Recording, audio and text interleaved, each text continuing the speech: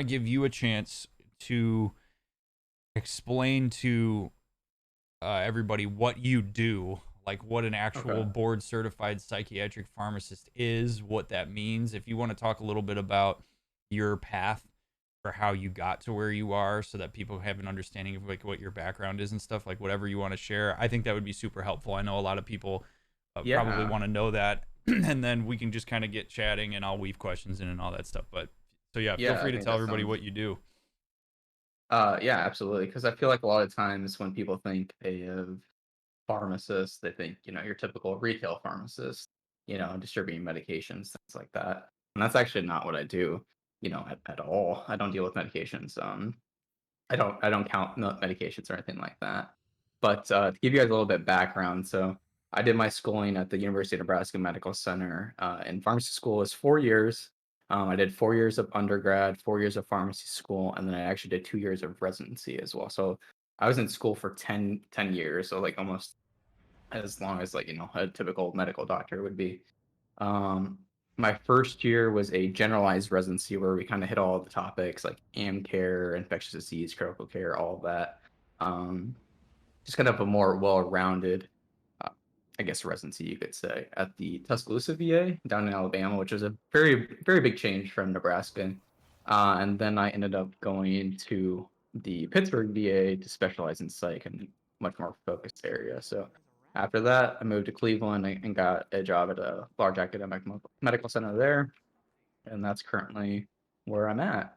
But my typical day looks like I work up patients in the morning for about an hour or so, and then I go with the psychiatrist, the medical residents, and see all the patients one on one with them, and try to come up with the best medication regimen for them, things that are safe, things that are effective, and try to watch out for drug interactions and all of that. I also do patient groups on the unit to where I can interact with the patients, answer their questions about medications, um, kind of like in a more group therapy setting. And then the rest of the day is just kind of following up on stuff from the earlier, working on projects, saving money for the hospital, things like that. So I don't dispense medications. I don't do anything like that. I'm more of like a consult service, and kind of see patients one on one. Um, that's kind of more at a private hospital. When I was in the VA, I actually had like a scope of practice and was able to prescribe medications, labs, have my own outpatient appointments with the patients, things like that. So that's So you what I got me. actually work like somewhat clinically as opposed to Yep. like what an like a when people traditionally think of a pharmacist, they think of the guy that you go see at CVS who wears the white coat and hands you your meds, but you're actually on the front lines interfacing with people. Yep, exactly. Yeah. So my actual title is like a clinical pharmacy specialist in psychiatry. But yeah. Yeah, so it's pretty much all clinical. Do you have a like so I know for me as a marriage and family therapist, like I kind of Mhm, have certain areas of specialty where like I work with like severe anxiety, stuff like that. Do you mhm. have like in your field for you, do you have like a specific specialty or like things that you work like you prefer to work with or that you are like more adept at working with in that same way? Yeah, so I mean, so I cover 3 units. So like total it's about 40 patients in total. But I really would like working with patients with schizophrenia and patients with bipolar disorder. I also do cover a mood disorder clinic as well as our detox unit for alcohol and drug rehab. So I would say my expertise is definitely antipsychotics and mood stabilizers, but I'm also pretty adept with antidepressants and like depression and PTSD stuff. Substance abuse is a hard thing for me as far as like helping with patients just because of personal family stuff and things like that. Uh, but it is something that I do help with patients every day handle. Yeah, that's I remember I remember going when I was in grad school, people would ask me like, "Oh, like why didn't you go the psychiatry route or like why didn't you go like these routes?" And I used Mhm. to say because there's a lot of intense stuff that you have to work with on that end and I'm not Mhm. like that for me is something that I think would wear me out. I really like working with more like with relationships and stuff. So when like you say, I'm like, I immediately think to myself like, wow, like that has got to be intense. Like to Yeah, work in yeah. that No, capacity, like I mean, I it just want definitely like, what's can that be. like to be in that kind of capacity and like work in that space? Because I'm personally fascinated by that because it was never something I felt like I would be adept at. Yeah, so I think each floor that I work on is very, like, I guess, unique in that setting. Kind of that more acute psych unit. It's not what like the movies, dictate really, where they're like a bunch of padded rooms and everybody's in restraints or anything like that. Um, but these patients do have a very serious mental illness, and they could be hallucinating about a number of things or hearing voices, and it can be really difficult to that, but just trying to meet them with compassion and just kind of like caring for them because that is their reality, right? Right, right. Um, and so trying to kind of meet them where they're at, like their potential like delusions, and you don't want to confront them like right when they come in the hospital, like, no, you're not the president, or you're not Jesus Christ, but just kind of like working with them, building that rapport so that they're, willing to take medications, because that can be a whole process if they're not willing to take medications and have to go through the courts, and having to like potentially keep them in the hospital against their will, because they might be a harm to themselves or others.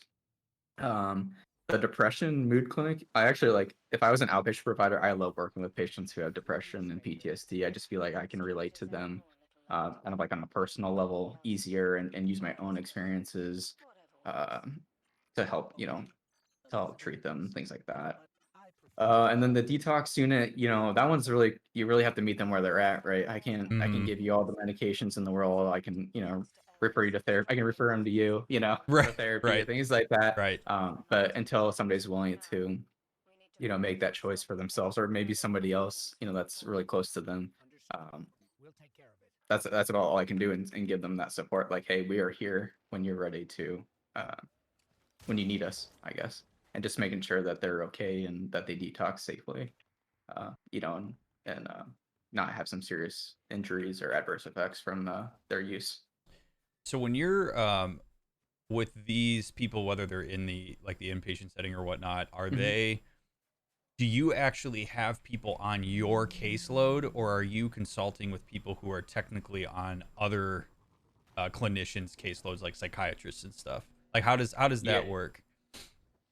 yeah. So, yeah, I'm definitely more of a consult service with the like where I'm at currently. Okay, So I just kind of round on. So, like I said, I have 40 patients. That's not like my patient load per se. Like, I'm not in charge of them directly. I'm just more around with them on the team, and then I kind of, since I can't be everywhere at once, I kind of just like check in, throughout the day with the other providers and see what I can help with.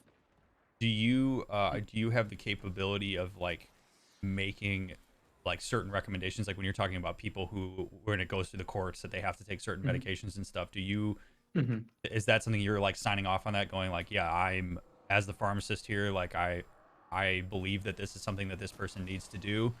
Or is that Mhm. something where you're just saying like, hey, the psychiatrist in this case is the one who is suggesting this, but I certainly support their decision? Like, I've always wondered how that works because it's not an arena that I'm adept at. Yeah, so kind of the liability and all of that does fall on the attending psychiatrist that is probating them, but I usually am on those calls with like the judge and that thing, and if they have questions, I'm there to answer them.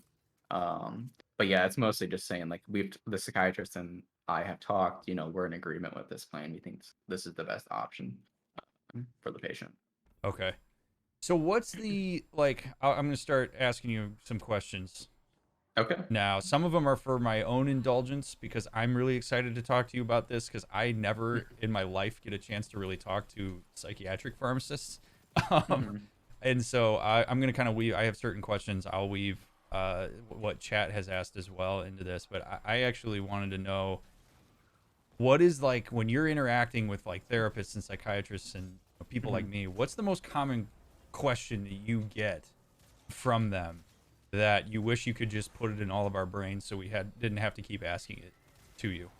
Um, I would actually say, so where I'm at currently, I don't interact with you guys as much, but when I Okay. was going through residency, a lot of them was just like it was just really common things about medications, really. Like, because I used to actually give a whole intro to psychopharmacology to the psychology interns at the Pittsburgh VA Okay. when I was there. So it was just more common things about medications. And actually, when I was in Alabama, like my four best friends down there, they were all psychology interns just starting, and we were kind of like all down there. And it was just nice to like, I learned a lot about psychotherapy from them, just being friends and what they were studying and going through as well. So it's really, yeah, just mostly probably just medications and like side effects to watch out for, so that if you guys are talking with, when you have your clients, if they're saying something, like maybe they can identify, oh, maybe that's a side effect, and they can bring that to the attention of the doctor, Okay. things like that to change. Okay.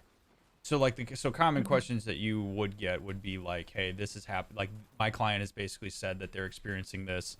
Is this something I Mhm. should expect, or is this something that's like actually bad? Right. Yeah. Exactly.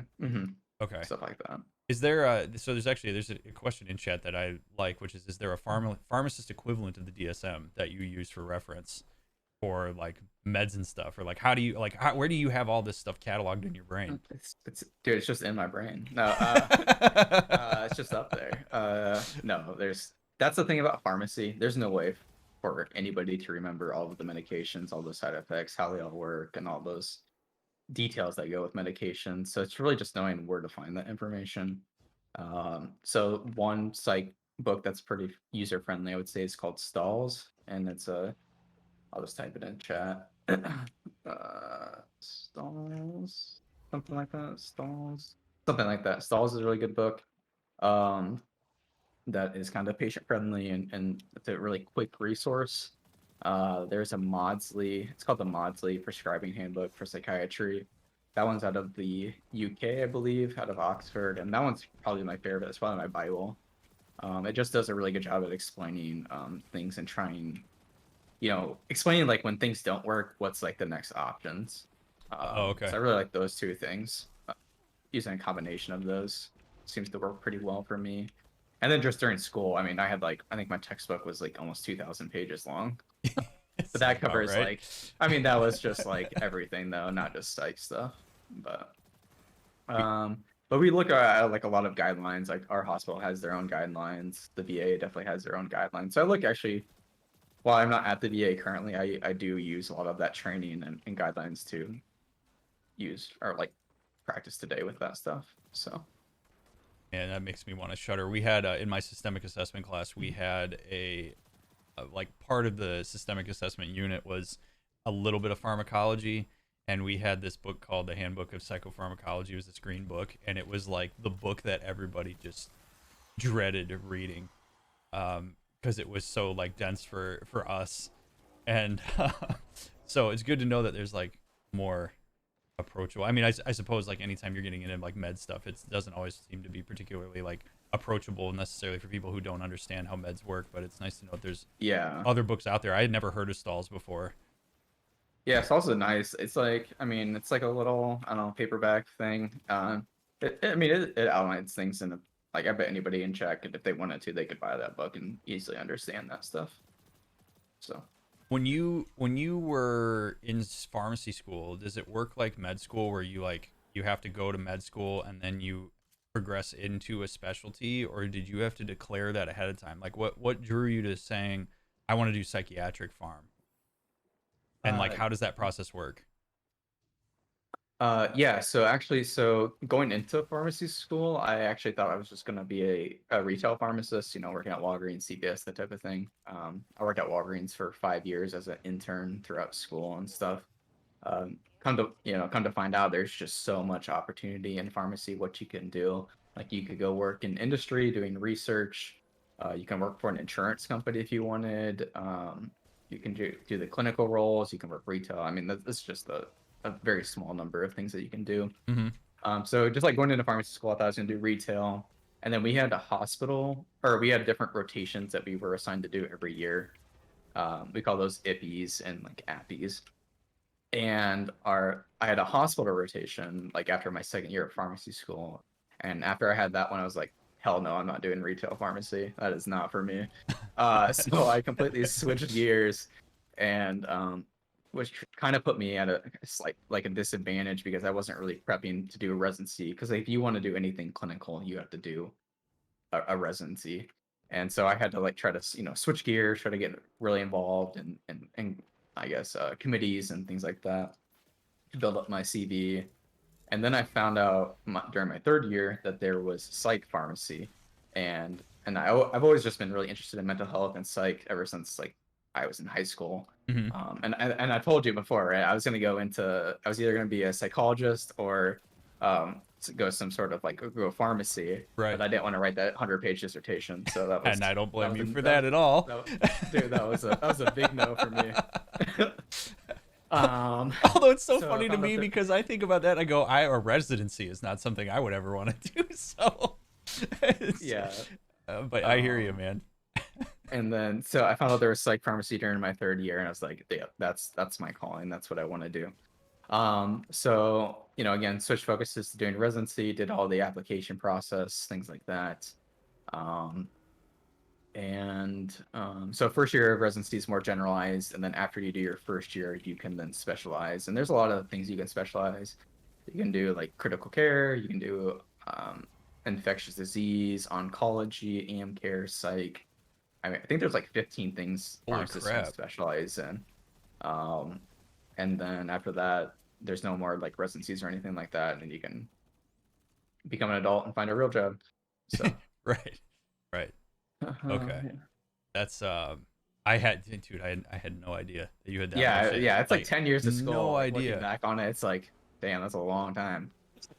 So, It is indeed. And that's do you include your residency in that 10 years? Or is that 10 years yes, I plus? do. Okay. Yeah, Okay. yeah, 8 plus 2. Yeah. Yeah. Oh man. It's like yeah, like an internship on my end. I had to do 1 year and it was I include that in the year because I did that during my third year of my Oh, doctoral program. absolutely. But yeah, it was like 9 years of school, and then you got to figure out what you want to do. So I'm glad you were able to find your calling within that. Yeah. So when you, I a question that I saw that I really like, and this is actually helpful for me too, is when somebody has like comorbid mental health issues, which I'll explain that to chat really quick for anybody who doesn't know what comorbid is. Comorbid is basically like when you have like two like a person fits the criteria for two things at once or maybe more than one thing at once. Like there's sort of like you're trying to figure out what it may be, or is it both, or whatever that may be. When you have that instance and people are trying to decide on like medication and stuff, is there a how does it go about that you determine what is treated first? Is you treat both at the same time? Like how does the medication decision happen when a person's kind of going through that comorbidity? Yeah, absolutely. And also just like before we get into that, those questions that we had in the Discord were fantastic questions. I was so surprised at the quality of questions that we got and things that, are great questions to ask. So, I was really happy to see like the number of questions we got in there too. Nice job, It was awesome. chat.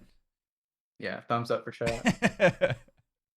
Um Yeah, so like as stories had mentioned in Mick's channel, like depression and opioid addiction. So it kind of comes down to the, uh, you know, potentially what came first, the chicken or the egg, right? So in that example, did somebody's depression lead them to wanting to use opioids or alcohol to cope with their depression, or did they get hooked on opioids and alcohol potentially, and then that caused the depression, anxiety, whatever it may be? So, um, despite that, there's potential that somebody might just treat the depression, and kind of go from there, and maybe it solves the other issues. But I would say, like on my detox unit, we do treat both at the same time. So if somebody does have depression and alcohol use disorder, we're going to, recommend an antidepressant. We're going to recommend some sort of maintenance treatment to help with cravings for alcohol, such as naltrexone or camprosate. And then obviously there's like the therapy component. That's like something we always recommend for patients to get involved in. So I would say most of the time we are treating both of those comorbid conditions at the same time. At what point in a patient's treatment plan do you usually show up? If it's in the hospital, pretty much at the beginning. So they get admitted to the hospital. I see them day one with they're going to be seen first by like a medical resident that admits them into the hospital. Sure. But that next day, when they're with the attending psychiatrist, if I'm rounding on that unit, I pretty much I'll see them day one and continue to follow them daily with the team. Okay.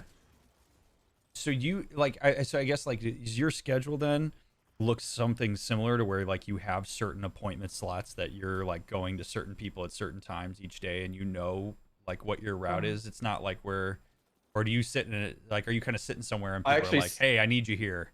I need you here." No, so we just have a conference room and we just bring the patients in one on one. So we don't have like Okay. specific time slots that we need to see somebody, but like if my nurse practitioner, she has 13 patients she needs to see, then I'm with her for those 13 patients. Got it. And we just see them throughout the day. So like usually rounds last anywhere between like from like 8 to noon or 9 to noon. It just depends on the provider on how fast they go or how long the patients talk. It's like that. Okay. And how do you make your determination about say what medication mixture is going to be the best? Is that something where you're coordinating with the attending to determine? Is that something where you're the one that's saying, I think this is probably what you want to go with? How does that hmm process go? Yeah, so that as love and mental health, the answer is it Yeah, depends. right. Yep. um, so it really does depend on the provider because they're on the mood disorder clinic. I the psychiatrist and I work really well together, and sometimes I feel like I'm running that unit because she just always asks me like, whatever I say, she's like, "That's what we're doing." Okay. So, but we're looking at what medications people have been on in the past. Um, we're looking at family history of response. So, say a brother or sister has depression, they're on citalopram or Celexa, they're doing really well on it. We might start there. Um, to treat somebody's depression. Um, what else?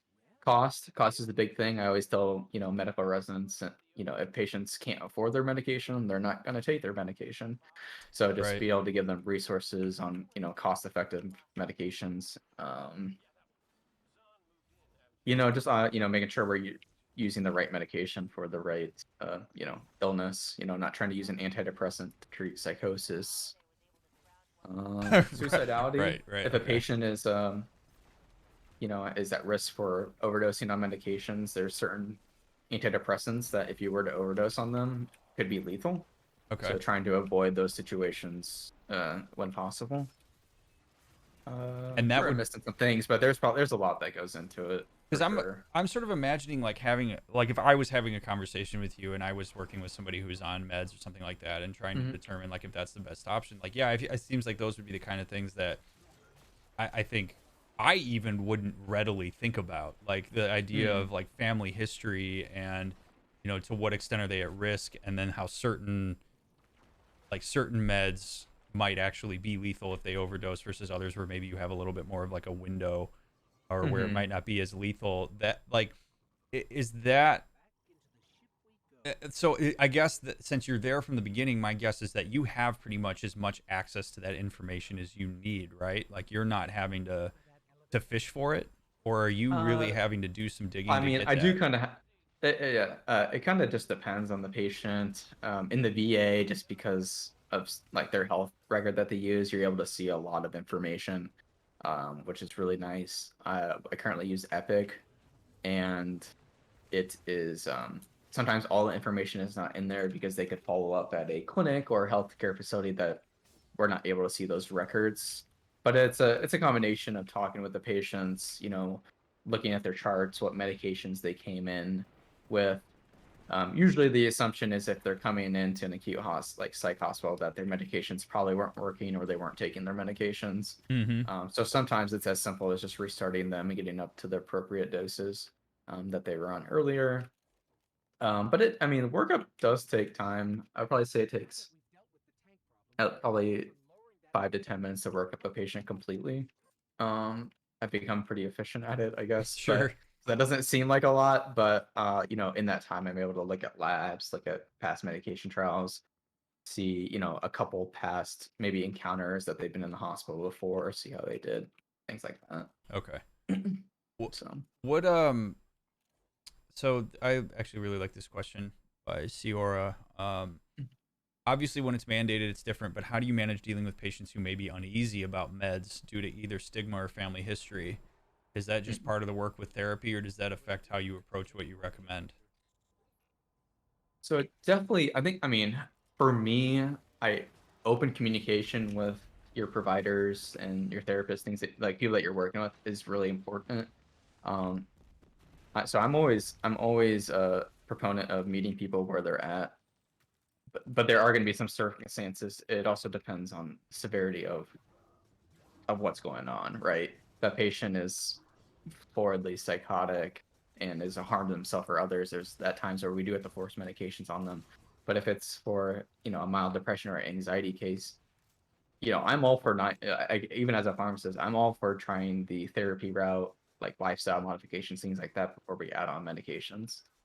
So I'm as much of a um, supporter of taking off medications when possible and feasible, trying to do de-escalation on medications, um, just as adding medications when they are necessary. So Have you found that to be the case with like other people that either are in your position or even with some of the attending physicians, that they also fall into that camp, that they're really going to be trying to do like lifestyle behavioral modification before they go the medication route? Or do you find that people jump to that more often than not? I would say people more so go with the um, medication route. Okay. Um, but I would also say it kind of depends on their training and where their experience with, because there are providers that are, they're willing to wait um, before they add more medications on and see how these go. There is a lot of times where I have to be the provider. Hey, let's pump the brakes a little bit. Let's just let the patient marinate and see how they do, Okay. type of thing. Okay. Um all right, I'm going to pull another one from Discord. Would lithium be a good solution with someone with anxiety issues? It's normally used to treat bipolar. But what if a person has bipolar 1, but what if a person has bipolar 2 and also has issues with stressful situations? Oh, actually, Yeah. before you answer Oh, that question, I oh, want to make oh, sure that I okay. say to chat, any answer that Monster gives is not to be an override of anything that you have ever heard from a person who prescribes your own medication or any diagnosis that you have been given by a mental health practitioner that you are working with. This is for educational purposes only. None of this is Monster doing any diagnosing or suggesting that you do any of these things. It is just for educational purposes. So if there's anything that Monster says that makes you feel intrigued about something that's in your experience, talk to the person who prescribes your Exactly. medications. Do not use what Monster says here to make certain decisions for yourself, other than to talk to a professional about it. I forgot to say that at the very beginning. I want to Yeah, say that yeah. No, before I, you I answer forgot as that. well because I was planning on saying something like that. Okay, So good. thank you for doing that. Yeah. Um, yeah. I don't need anybody to just be like free for all. We're going. Yeah, right. Monster said this. Yeah, Uh, but this board certified guy said this. Yeah, no, we can't have that. yeah, yeah, for sure. So, yeah. With that said, I appreciate that, Mick. So yeah, lithium is generally used as a mood stabilizer. So it can be used in a number of indications. We primarily see it used for bipolar 1 disorder, but we can also use it for bipolar 2. And we can also use it to adjunct somebody who has major depressive disorder. I will say I tend to not use lithium for anxiety, but if you did have, the bipolar disorder or like using it for adjunct for treatment resistant depression, that's perfectly okay. I would see as an option, but generally that one's not the one we go to for treating anxiety. Usually it's an antidepressant such as SSRIs like Celexa, sertraline, escitalopram. All those would be first line options, kind of what the guidelines recommend. Um, and kind of just like go from there on that. And then therapy is really a big one for anxiety as well. So And along that line, have we gotten any closer to understanding exactly why lithium works the way it does? yeah, I saw that question. I know I laughed because I give like lectures to medical students and residents all the time, and there are like theoretical proposed mechanism of actions of any of those mood stabilizers, lithium depakote, but we really don't really understand how lithium works. It just seems to work. So whenever people ask that question, I just say it's magic. It's magic. So unfortunately, I don't have a better answer other than it's It's magic. the So honest answer, though. I mean, it's kind of amazing. yeah. Yeah, I mean, there's like some scientific theories like it opens channel like various channels and things like that, but that's why I was taught during residency was it was magic. So I love that. Like, it's yeah. just because it's something that like I, I get asked about lithium a lot. And I obviously, like, my knowledge of it is not even remotely close, but it's one of those things where like I often have said like I don't know, and then I'm like I don't know if I've ever heard anybody say that they know. And so it's really Right. validating to hear you say we don't really know, because We don't know. I can be like, look, I've talked to pharmacists that don't quite even know why it works the way that it does, but it does. So it makes me feel better when I answer questions about that, because yeah, I know that lithium's a pretty, like, I mean, is it my perception of lithium is that it's a lot more Mm. talked about now than it ever was. Am I accurate in that, or is this something that's been like a conversation within your circles for a long time, and now it's just kind of trickling out into mine? Yeah, no, lithium is maybe it might be more talked about in like society, maybe, but lithium's been around for a very long time. It's been a staple treatment for the bipolar for since it came out. That's kind of what it was I guess made for. Um and so yeah, we use it all the time, and I'm a like lithium's usually a very scary word patients hear, but there, I mean, there's side effects with any medication, but it works so well for patients, from my experience. And um, there is some lab monitoring that needs to be done, but I've seen lithium change people's lives. So So that actually makes me curious. And I know this, I know this is very much an it depends answer, but I'm Mhm. curious if there's kind of like an underlying thread or something that you would be able to share of, like, when you are talking to people about meds. I do think a lot of people are still very afraid of particularly the word psychotropic in front of medication, like Mhm. that really freaks people out. And I'm curious kind of like what you, if you have like a go-to pitch or like a thing that you say or like a way of empathizing with people that are experiencing that hesitation about it or that fear about it, so that they are maybe put a little bit more at ease and are a little bit more open to the idea that this is Mhm. something that's designed to be more helpful than anything else. Yeah. So I'll repeat again. It just really comes down to meeting them where they're at, and I just like, I don't know if I necessarily have a phrase, and maybe it's just I don't know, maybe it's just like my facial expressions, which I guess are probably hard to see with the mask on these days. But I just Right. feel like I'm very like empathetic person, and I just try to I'll just sit there and answer questions with them, sit with them one on one, talk about their concerns with it, give them examples of how I've seen it benefit people's lives. Um, and and usually I just say, what's the worst that can happen type of thing. We can try it. If you have these really bad side effects from it that you think might happen, we can change something. Taking one dose isn't going to alter your brain chemistry beyond like belief. You're not gonna, sometimes people say they're gonna turn into a zombie. Just reassuring them that that's not gonna happen, and that we're here to help them and provide the best care that we can. Um, So I imagine Probably in best. like in sort of an inpatient setting, it's Mhm. probably where, like, people, if they start having adverse side effects, not only are they identifying it, but their attending is also seeing it, where they're like, oh shit, like this is not necessarily something we want to see, that you may be having an adverse Mhm. effect to this med. But if a person is more of like in a, say, an outpatient psychiatric setting where they're going home, right? Like, they're prescribed the meds, they go get them from a pharmacist, they go home, they take them, they adhere to the regimen that they're given. Is there Are there like rules of thumb or like general tips for how a person could identify if the medication they're taking is potentially like having effects on them that they should go talk to their doctor about? Like is there like a metric? Because I know people sometimes feel changes, Uh, but then they associate that with the meds, as opposed to it being like, no, like if you s- experience something like this, go talk to somebody.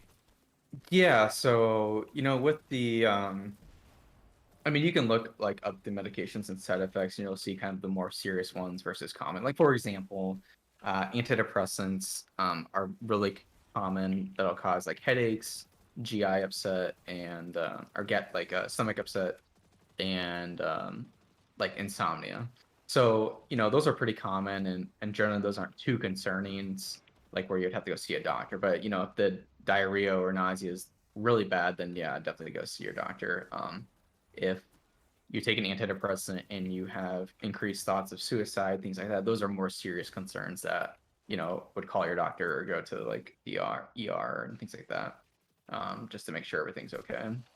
But each medication has serious um, or a list of adverse effects that kind of distinguishes when you should, which ones are more common, which ones would be like, hey, check out with your doctor if this happens. Okay. You see all those like TV commercials out there for drugs, and they're like, talk to your doctor if blah Yeah, blah right. blah. Out of So curiosity, how do mhm. you feel about those commercials? The fact that there are commercials for prescription drugs. I think they should be banned. In other countries, it's illegal for drug companies to um, advertise on TV, and I think that's the best way to go. I think it could misinform people. Sometimes people come in and be like, "Hey, I saw this medication on TV," and they think it's the best option for them, and they're not able to hear out uh, the other side of things, and they're not going to prescribe anything that's detrimental to them, but could not be the best option, type of thing. How? I mean, I feel like I know the answer to this question, but I'm gonna ask Mhm. you anyway. How much is that like taken into account? Like, if you have a person that comes in and says, "Hey, I saw this," like, say, I saw an ad for Abilify, and it said that Mhm. this would be really helpful for me to augment my current regimen, and I was really hoping maybe you could help put me on that. Like, how do Mhm. those conversations go? Do you take that into account? Do you discount it? Like, what do you do when that happens? Yeah, I think if there is so Abilify is used for depression, like augmenting a regimen for depression, as well as it is an antipsychotic, so you can use it for bipolar disorder or uh, patients with schizophrenia. So if they're experiencing those symptoms and it's an appropriate thing, I was like, um, then yeah, I definitely have the conversation. Yeah, this could be beneficial for them. But if it's not, I just try to educate that, hey, this really isn't for um, your symptoms that you're presenting with, and try to go, but this medication might be better for X, Y, Z. Okay. I So just I just try to like educate them with information on what would be a better option Because and I things get. like that. Oh no, go ahead. Go ahead. Sorry, I didn't mean Oh to no, cut I you. was just say I haven't really had much resistance to that. I would say more primary care doctors get that than Okay. than me. I get the question a lot from people about, like, when people come to me and they say something Mm. like, "Hey, I think I have bipolar," and I was wondering, like, can you diagnose me with that, or is that true? And Okay. and a lot of times, like, when people come to say that to me, my answer always has to be like, I have to do an assessment. Like, I don't know. I mean, you Mhm. can certainly talk to me about that, but I can't just say yes, you have generalized anxiety disorder because you think you fit the symptoms. I have to do a, Right. a full assessment. And I mean, we certainly, like, I take that into account. Obviously, if a person's saying, I know about these symptoms of depression, I seem to be experiencing them, so I think it may be this, and we say, okay, well, that's good for Mhm. me to know. I can do more of an assessment around that. I was just curious, kind of like, for us, it sounds like yours Ye is very similar, where you have to also yeah. say, like, we got to figure out if this is going to work for you, but I'll take it into Yeah, account. because I can't diagnose, and so I do take that stuff into account, and that be like, well, based off your symptoms, you may have that, but you're gonna need to be evaluated by a mental health provider, things like that. So you do not have the ability to actually diagnose clients then. Like, if you're sitting in those rooms doing that Mhm. consultation, you don't get to have any input on the diagnosis. Your input is on the meds themselves. Yeah, I mean, I do. I mean, the psychiatrist and I will like talk about it, but yeah, I can't like officially make a diagnosis, but I could be like, yeah, this guy definitely has Okay. whatever. Okay. Um I can't put it on the paper. right, right. Okay. That makes sense. Oh man, I love this. I'm getting so many questions I've had answered too. Yeah, yeah, I know. I I was team chat. appreciate I was this like trying so to much, answer. I dude. was I like, love this. Um, is there any way to know when you have enough medication or the right dose? Because sometimes it's hard to know because I feel so much better than before, but I don't really know how much more of an effect they could have. yeah. So I am a fan of it's not if it ain't broke, don't fix it. So if you're feeling good and there's not really like you're doing okay, right? You're not nothing's going wrong. I think it's perfectly okay to stick at the medication dose that you're at currently and just see how it goes. I think there was another question about like how long the antidepressants take and things like that. But these medications do take time to work, so making sure you give it adequate time to see how things are going, making sure there's not any environmental stressors that could be happening. Maybe you had a rough week at a job and it's kind of more situational, or maybe a family member died, or maybe on the other hand, maybe just things really went well for you this week. Just kind of taking all those factors into account and go from there. But as far as like adjusting dosages, like if a patient's getting like a partial response, so they're like feeling a little bit better, but like not really, that would be an indicator where we increase the dose. Um, but if a patient's getting, like they're on it for 4 to 6 weeks and there's patient's not getting any benefit, they feel the same way that they did when they first started it, then we would go ahead and change to something else. Because there are certain indicators within the first couple weeks that you should generally see when starting the new medication or an antidepressant, such as like improvement in appetite, sleep, energy, motivation, stuff like that, before you actually get to the improvements in mood, which take a little bit longer. Sure. How is first dosage determined? Like, is that more art than science, or is there like an actual metric that you guys use to figure out what you think the first dosage person Yeah. should be on is?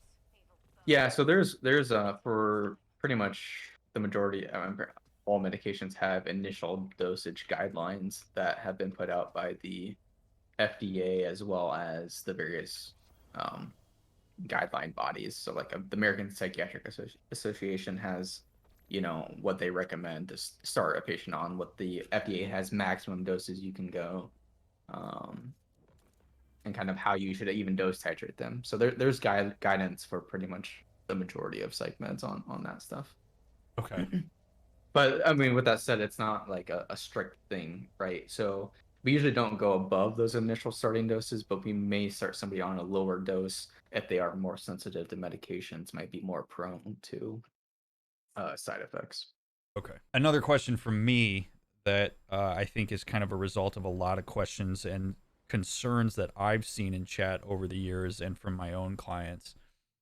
There's always a lot of talk around medication, let alone psychotropic medication, about this idea that when certain medications are prescribed, that there are kickbacks for that, that doctors are incentivized to prescribe certain medications and stuff like that. And I've had a lot of people say, like, can I trust that when I'm being given a medication that that's something that's actually going to work for me, as opposed to the doctors giving me that Hmm. because they get a kickback? And I'm wondering kind of what your thoughts are on that, and if you could share a little bit of your experience with that, or even demystify Hmm. some of that for people, because that's something I think is, I see it all the time. Yeah, I would say 95% of the time, that's probably not the case. I mean, there are going to be some outliers that, they are getting kickbacks and maybe prescribing newer agents that are similar to older medications, things like that. But I don't want to stick that in people's head that that happens all the time. I really don't think that is a major factor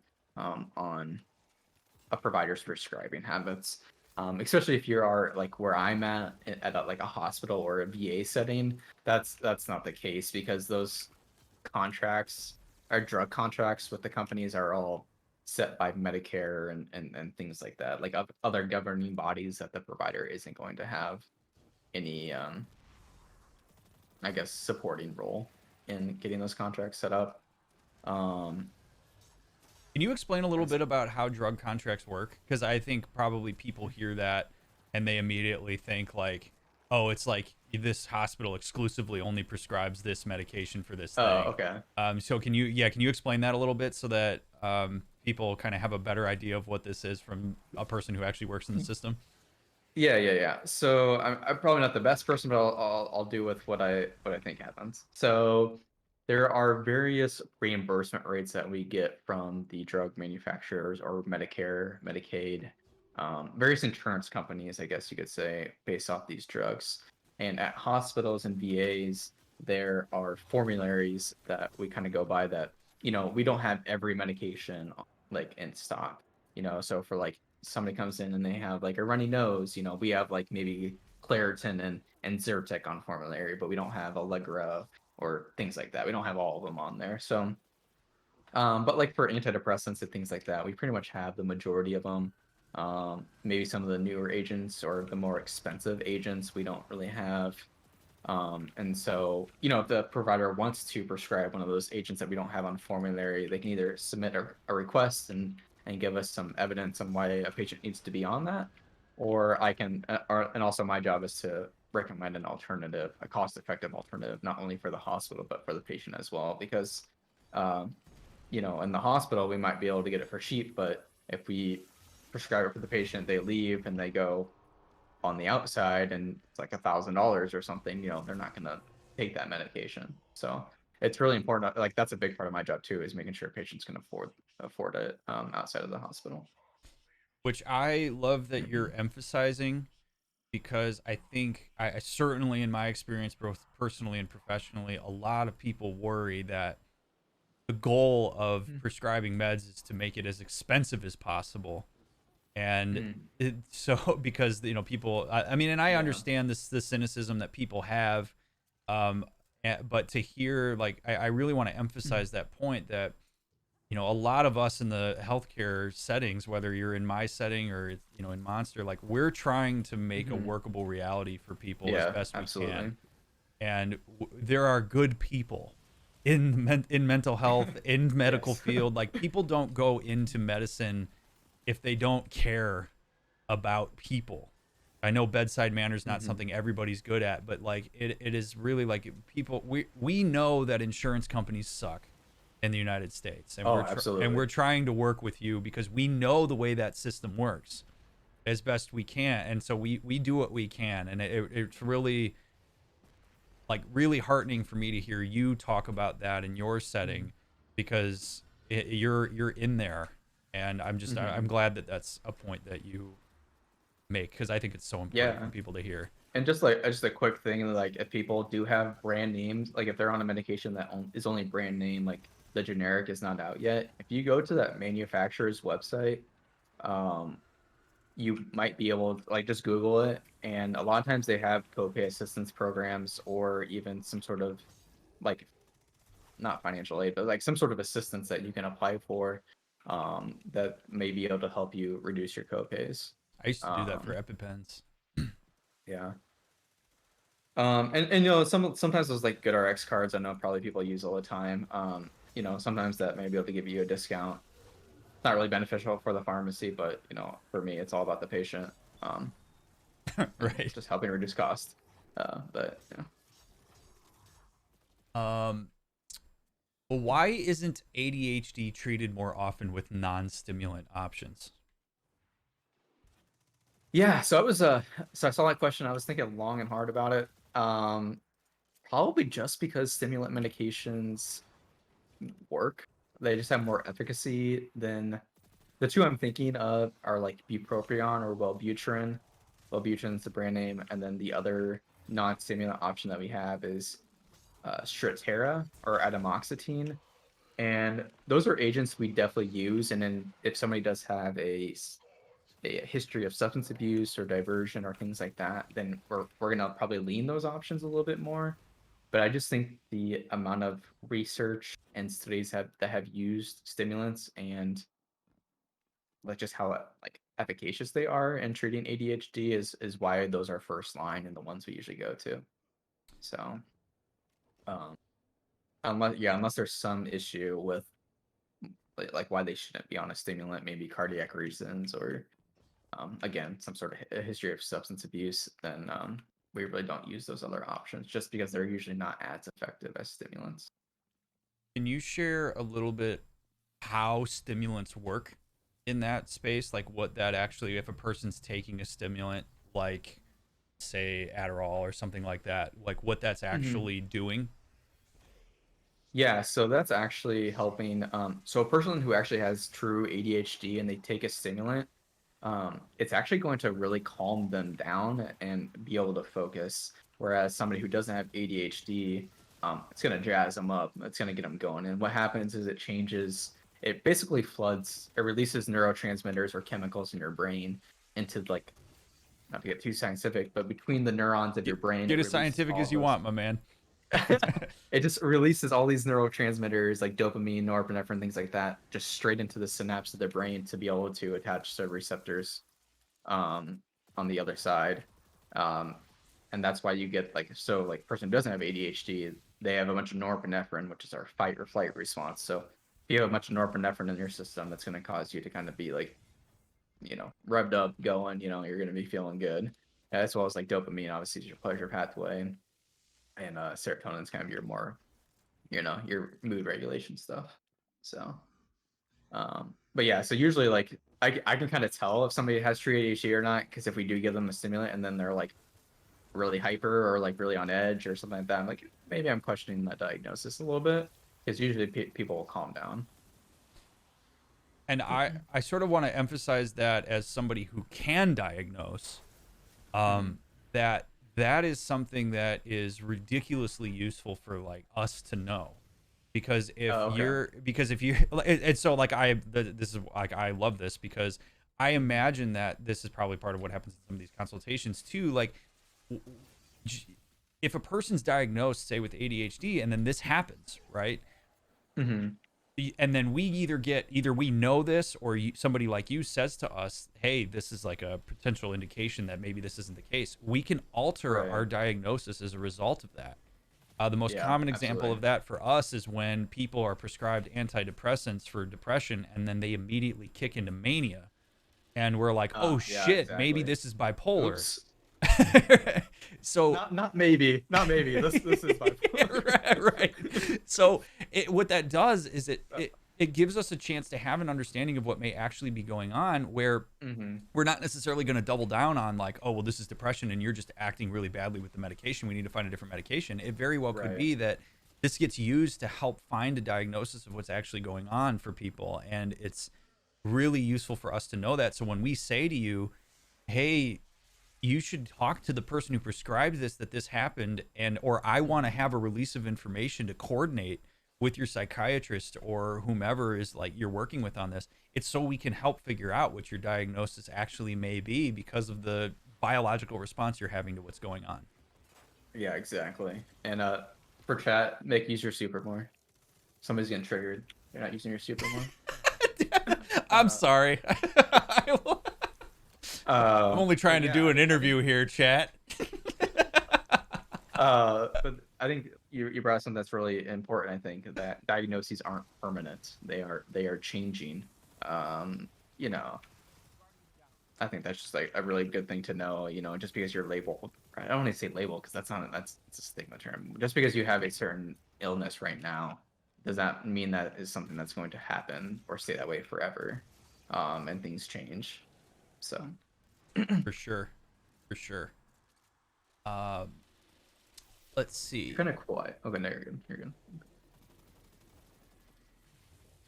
How often do you check with people's meds to make sure they don't interfere with anything else they're taking? Is there something that people should be asking regularly, or is this something that doctors are expected to know so they don't prescribe something that will do more harm than good? Yeah, I will say, everybody's human, everybody makes mistakes, but there are going to be some interactions that people should know. So, for example, lithium and certain blood pressure medications like lisinopril, losartan, we call them ACE inhibitors or ARBs, thiazide diuretics, things like that. These all increase lithium's concentration. So it's important to be aware, like as a doctor prescribing, um, to be aware of that reaction and adjust the medications accordingly. On an inpatient setting, I am looking at drug interactions and assessing those pretty much on everybody on a daily basis, to making sure everything is kosher.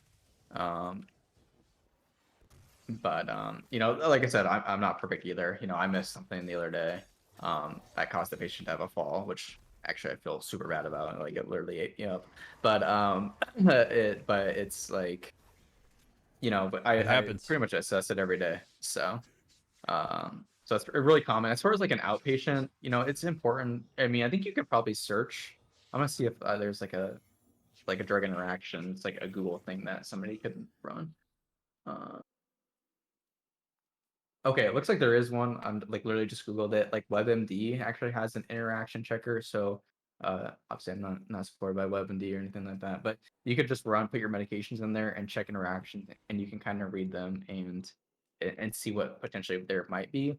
I will say though, there are going to be interactions that pop up that are not clinically significant. But if you read something that is concerning to you, um, just have a conversation with your doctor. Hey, I read this online. How much of a concern is this? Things like that. I would say, most of the time we're monitoring for all those side effects and drawing labs and all of that. Could going off of SSRIs either suddenly or over time possibly cause neuropathy? Yeah, so I actually looked into it because that is not something that I normally think about, but it actually can. And I would say it's mostly if it is stopped abruptly. If you taper off these medications, they usually do not cause those withdrawal symptoms. From my experience, like from working at 4 different facilities and kind of like my 3 years of psych, um, I've never had that happen. But with that said, everybody's different, and there's always going to be those percentage, that people do have that reaction. So that was actually something I learned. So chat taught Very me something. cool. What are the most common medications that you see prescribed that you would say, please, for the love of God, do not quit cold turkey, no matter how badly you want to? Yeah, so I would say, so if you're on paroxetine or Paxil, it's a SSRI antidepressant. I'm sure people know this. If they've missed a dose, I'm sure they've starting to feel a little crappy. So I would say any antidepressant, pretty much don't cut off cold turkey. Um, if patients have been on benzodiazepines for a really long time, definitely don't cut those off cold turkey. Those usually require a pretty long taper to come off of those. Um, Opioids is kind of a sticky one. It's, if you stop those opioids for chronic pain that you may be on and you try to go back to taking that same dose, your tolerance is going to be lower. So it's really important that you talk with your doctor and say, "Hey, I've been off of these for a while. Like, what's an appropriate dose for me to be on?" Because I wouldn't want somebody to accidentally overdose, because that does happen and people don't realize that.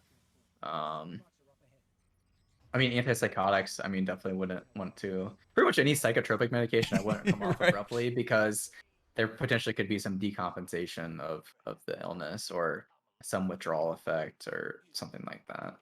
Um, Yeah, you can get as sciencey as you want with this answer because I'm gonna geek out on it. Okay. okay. Um, I may not know. Let's see. Let's see. uh, so can you explain a little bit why going off of those types of medications cold turkey is bad? Like what actually happens when that? Because I think people hear all the time, don't do this, and I say it Mhm. in my chat all the time, like don't go off of benzos, don't go off of SSRIs cold turkey. I'm not telling you that Mhm. because I want you to be chained to the medication, but it's actually dangerous. But I think you Right. could explain way better than I ever could what actually happens in your body when you do that that makes it so lethal to do that. Well, I wouldn't say so most of the psychotropics, I would say if you come off them abruptly, they're not going to be lethal per se. The only ones I would say that would potentially be lethal would be coming off benzos abruptly. Somebody could have a seizure, and that could lead to death.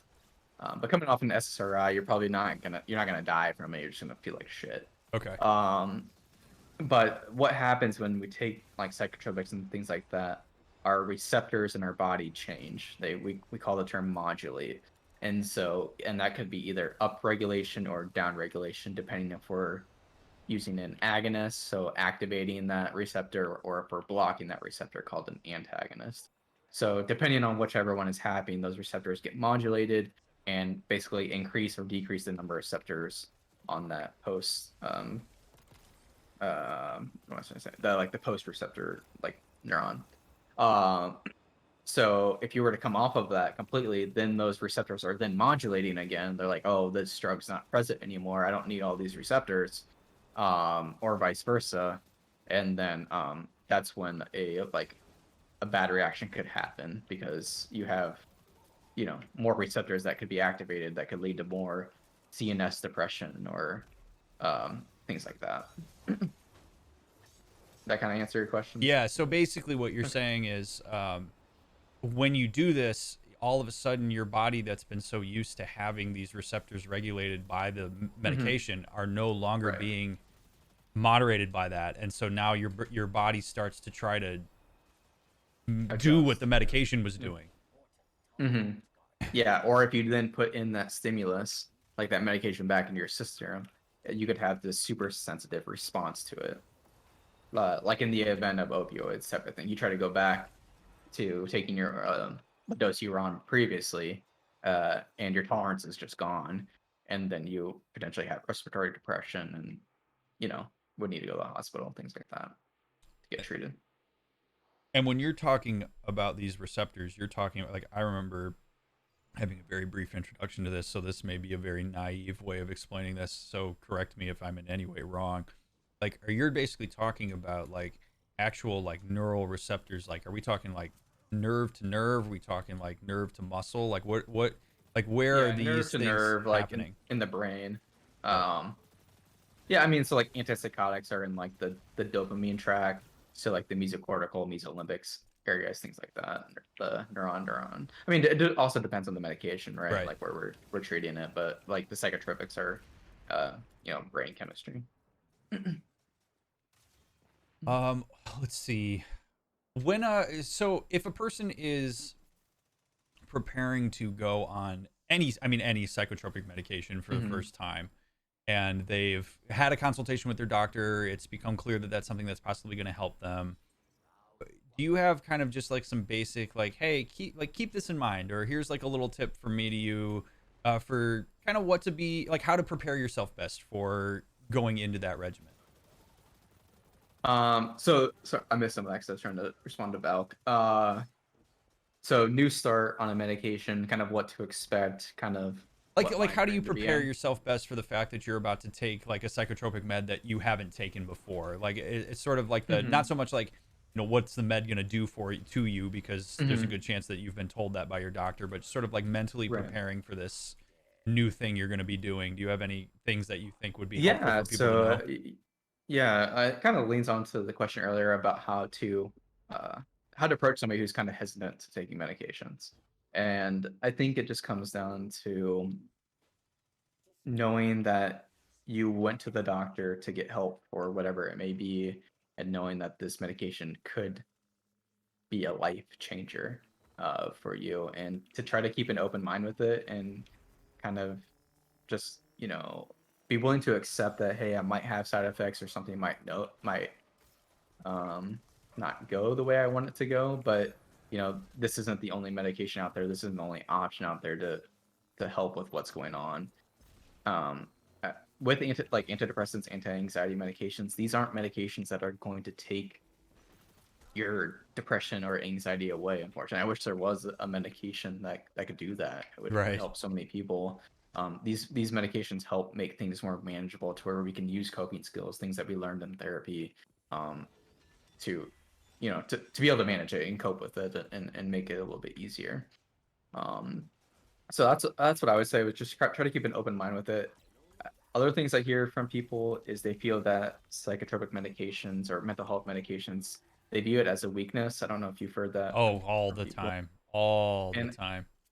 and I really try to challenge people with that. I don't see it as a weakness. I think of this as any other medical condition that somebody might have. If somebody has high blood pressure or diabetes, there are, lifestyle medications and exercise and things like that can improve things, but there are some times to where either the illness gets too bad, like so bad, or they just need extra help, um to be able to manage that. And there's no stigma around high blood pressure or diabetes, right?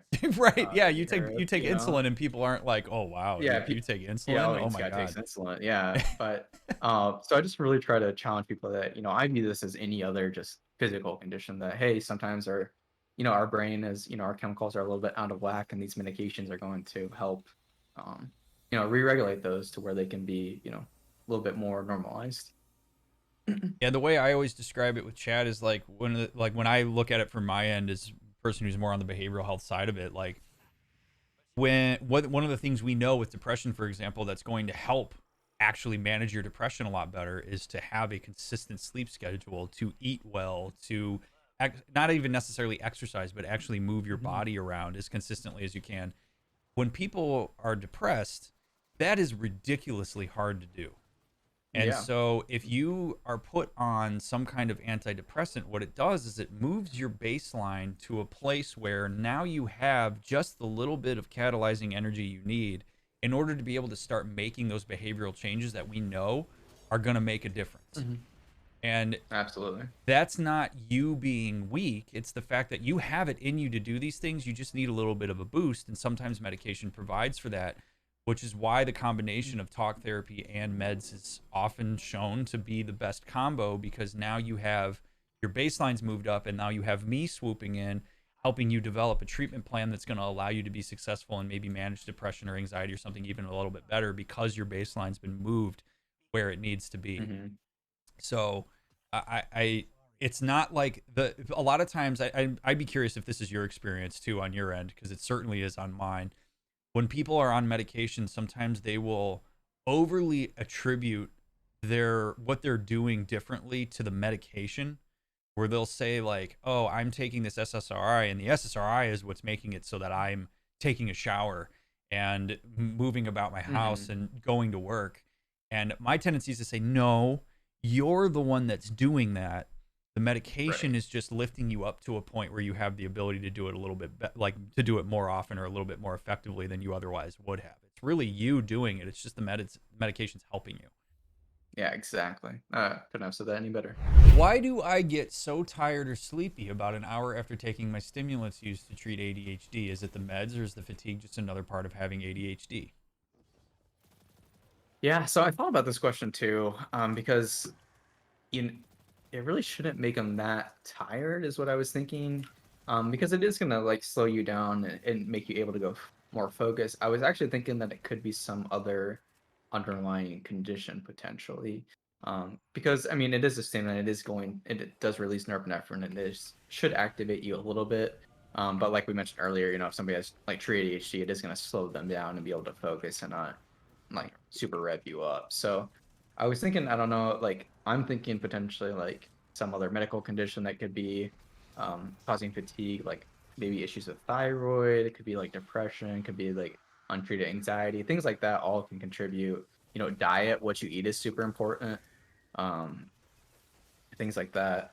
Um, I don't know. I hope that answers Yeah, no, what the that's fine. question it was, or That's can give fine. me some more context. Yeah, it's one of those where I But thought the same thing. Like there's probably more context that goes into that is attributable to more than just those two things. Um, is it common to feel dizzy after taking antidepressants? Yeah, so dizziness is definitely a common one. Usually that gets better after about a week to 2 weeks of taking the medication, though. If it's kind of the prolonged, if you've been on this medication for a long time and it's still causing you dizziness, I just kind of let your doctor know and see what they want to do. It usually gets better though, like 1 to 2 weeks. Okay. Uh, I want to hear this from you. This is a question from me, but I want to hear the answer from you instead of how I would answer it. Yeah. Um, what benefit is there to people who are in therapy, say like with somebody like me? What Hmm. benefit is there to their willingness to sign a release of information for me to be able to coordinate with psychiatrists or even somebody like you about their treatment? I think it's super important. These, and going into somebody's patient care, this isn't like separate entities trying to manage each different part. Like this is a collaborative effort, not only between providers, therapists, pharmacists, but it's also with the patient as well. Everybody plays a role, or should have a role or a say in their care, and being able to have all the information available is super important. So, like for me on the inpatient unit, before we round with the patients, we actually get on a phone call with nurses, recreational therapists, myself. psychiatrists, residents, all like everybody that's involved in the care to say, hey, how is the patient going? Because I'm not there on the unit every day or like the whole time. Like I see them in the morning with the team and maybe come back in the afternoon if I want to check up on something. But the nurses are with them every single day, every day, every minute of the day. And so they can really speak to how that patient's doing. And they're probably going to see something that I don't see. And that could be really vital information. So I think it's really important to have the release of information and be able to talk with as many people as you possibly can. That could be even families and friends too. What's your baseline at home? Because we could have a very different image of what we're portraying versus what others see. So I appreciate that. Yeah, we sometimes people feel this sense that when we coordinate that there's kind of like I don't know, that we're ganging up on, or that we're like conspiring against. And I think that's massively attributable to like the stigma that exists still around like mental health treatment and stuff. But the thing about it that is like, yeah, we're trying to coordinate with each other to help and get as much information as we can. And we're not so much co-conspirators as a team who's kind of working behind the scenes to try to get you the care that you deserve and the best care possible. And I've sometimes people are like, oh man, I don't know. I don't know if I want you to necessarily have to talk to this person or this person because, are they gonna, I really like what's happening here and I'm worried that they're going to influence you in this direction. And, ultimately there's a hierarchy of care in terms of who's consulting with who and all that stuff. And I think a lot of people don't know that. They don't hear that. They worry that there's just kind of this like, people are doing this like medical gossip about them behind the scenes. Right. And yeah, and that's just hopefully not the case. It's not the case with my patients. Right.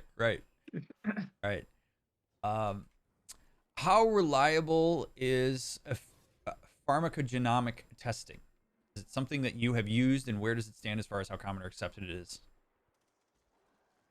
Yeah, so kind of interesting because in pharmacy school I was actually really interested in pharmacogenetics, but I never really ended up pursuing it. As far as pharmacogenomics and psychotropics, they are like tests that you can do to figure out if you're a poor metabolizer or a fast metabolizer of various medications and different CYP enzymes, which is kind of like our metabolism system for medications, which can affect, maybe how you do on a medication, but it's also not the end all be all. It's not like 100% reliable on if you're gonna respond or not respond to those medications, at least at this point for psychotropics. I'm primarily thinking about antidepressants is where I've seen this be used before. And actually, my girlfriend actually got pharmacogenetic tested for antidepressants, so it's very interesting to see that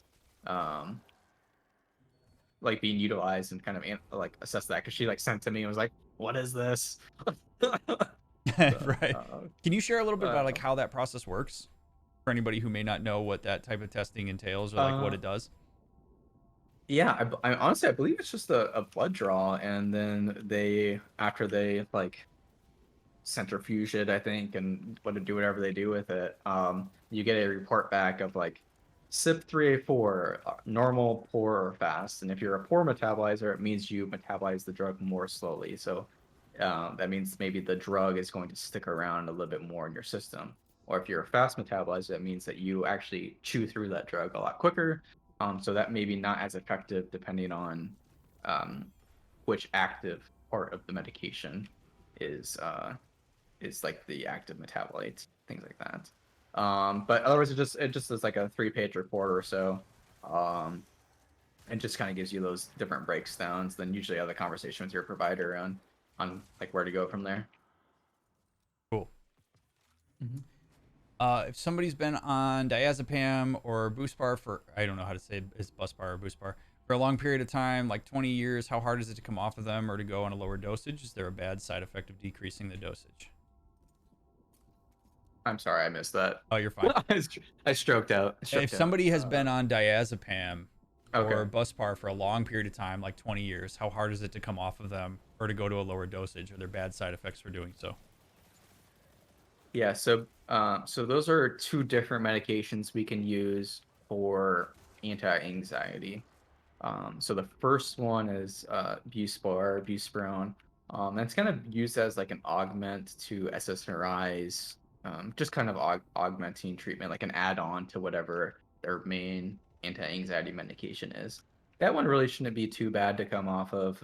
You just kind of maybe do a slow, like couple week taper, depending on how long you've been on it, um, and kind of go from there. That one should be no problem getting off.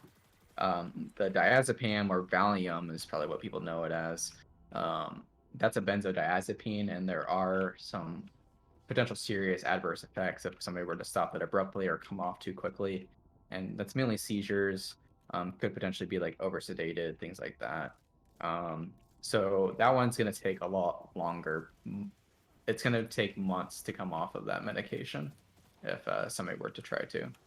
Um, there's kind of a in the VA they kind of had a benzodiazepine taper calculator and kind of gave you the rundown of how to taper it accordingly and how to decrease the dose and every week and things like that. But it is a couple months to come off that medication. Um, this is actually a. Uh, Oh, go ahead. Go I'm ahead. gonna answer Chris go real fast. Sorry, they asked diazepam is addictive. No, yeah, it definitely can be. So any benzodiazepine can be highly addictive. Diazepam is a little bit less addictive though out of that group, just because of its long half life, so it stays around in our body a lot longer. But it doesn't give you that immediate euphoria that Xanax or Ativan is gonna have. All right, go ahead. Oh yeah, Maybe. I've heard people describe that a lot, so I'm glad you asked that because I was gonna weave that in. Um, so a question I get all the time, uh, from I get it from clients and I get it in chat a lot too, and I never quite know how to answer it because I've never done the proper research. Is why Okay. do like medications like SSRIs take 4 to 6 weeks to actually have an impact on your body? Like, why is it that when Mhm. people get prescribed, they have to wait, a month to a month and a half to see if it's actually something that's going to work? Because I know that exhausts people sometimes when they have to bounce around to find out what Yeah. works. But I think it's important to know why that happens. Yeah, and so it kind of goes back to the receptor modulation that we talked about earlier. It takes that long for those receptors to change, and we want more serotonin to bind to receptors. We don't want that hanging out in the synapse, like the space in between. We want that to attach to a receptor and do some some downstream signaling and kind of get those beneficial effects from it. So it's just really that's just how long it takes for those receptors to change, and it actually could take even longer. Unfortunately, there's a trial called the STAR-D trial, and it's probably like one of the more famous ones for antidepressants. And they say it can maybe even take 6 to 8 weeks, maybe even up to 12 weeks to really see the maximum effect Wow. of antidepressants, and that's the maximum effect. So within the first couple weeks, you should see some improvement in mood, or sorry, not mood, energy, motivation, appetite, energy, things like that. Sleep. It's not until like the later weeks, 3 to 4 weeks, where you start to see some improvements in mood. But and again, the later weeks is when you start to see the maximum effect. So try not to get discouraged. That is a common thing I talk about with patients, about the time frame on when antidepressants take effect. Do you so I actually there's a question that I saw about um kind of like the effect that like birth control, like does birth control have an effect on how it shows up with certain like psychotropic medications and stuff? I actually want to expand that question a little bit, Okay. because I wanted to try to capture a little bit more here, which is, Mhm.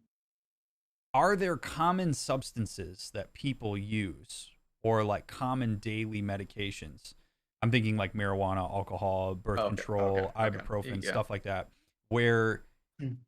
it really is of benefit to make sure that you mention to a prescribing physician that that's something you're doing or taking because it could actually have an effect on the psychotropic medications that you may be prescribed. Yeah, so, speaking that about more of, like, the illicit substances first, so, like, marijuana, alcohol, any sort like any of those drugs, cocaine, MDMA, LSD, all that stuff, actually has been shown to like really worsen depression and anxiety long term. There are some studies coming out with like LSD and MDMA, like microdosing that can help with PTSD and depression, things like that. But that's very used in a very strict environment with two therapists. There's a lot that goes into those studies and kind of that whole process with that. Um, but yeah, so like with those like the weed and alcohol really do affect our psychotropic medications. We pretty much just tell them if you're taking that stuff, like abusing it, that our medications aren't going to work. Um, there's not going to be any beneficial, and even with diagnosing mental illnesses, there's always that caveat in DSM-5, right?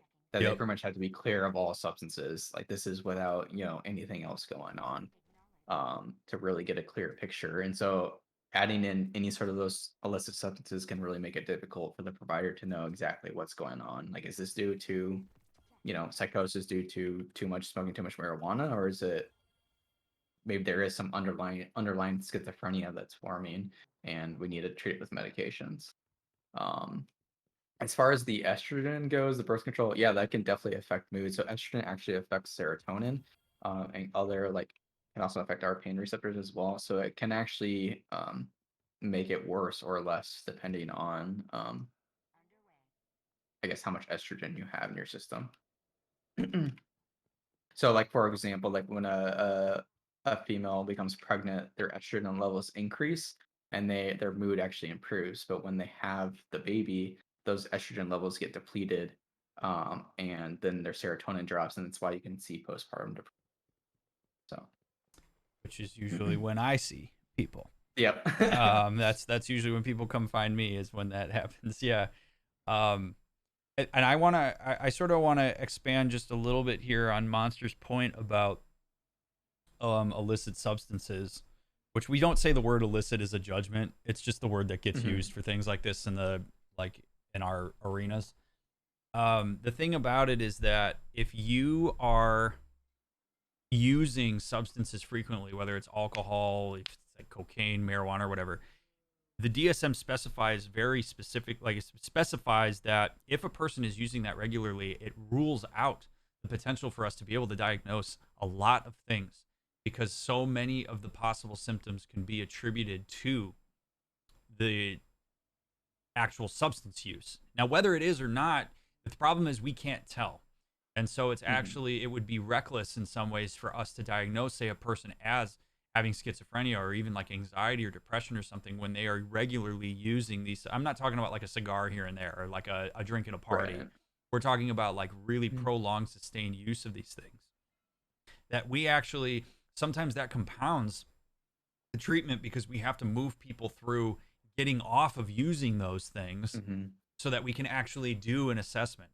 Sometimes going off of those things helps contribute to our assessment, but oftentimes like you have to be stabilized off of those things before we can actually do something in a diagnostic sense.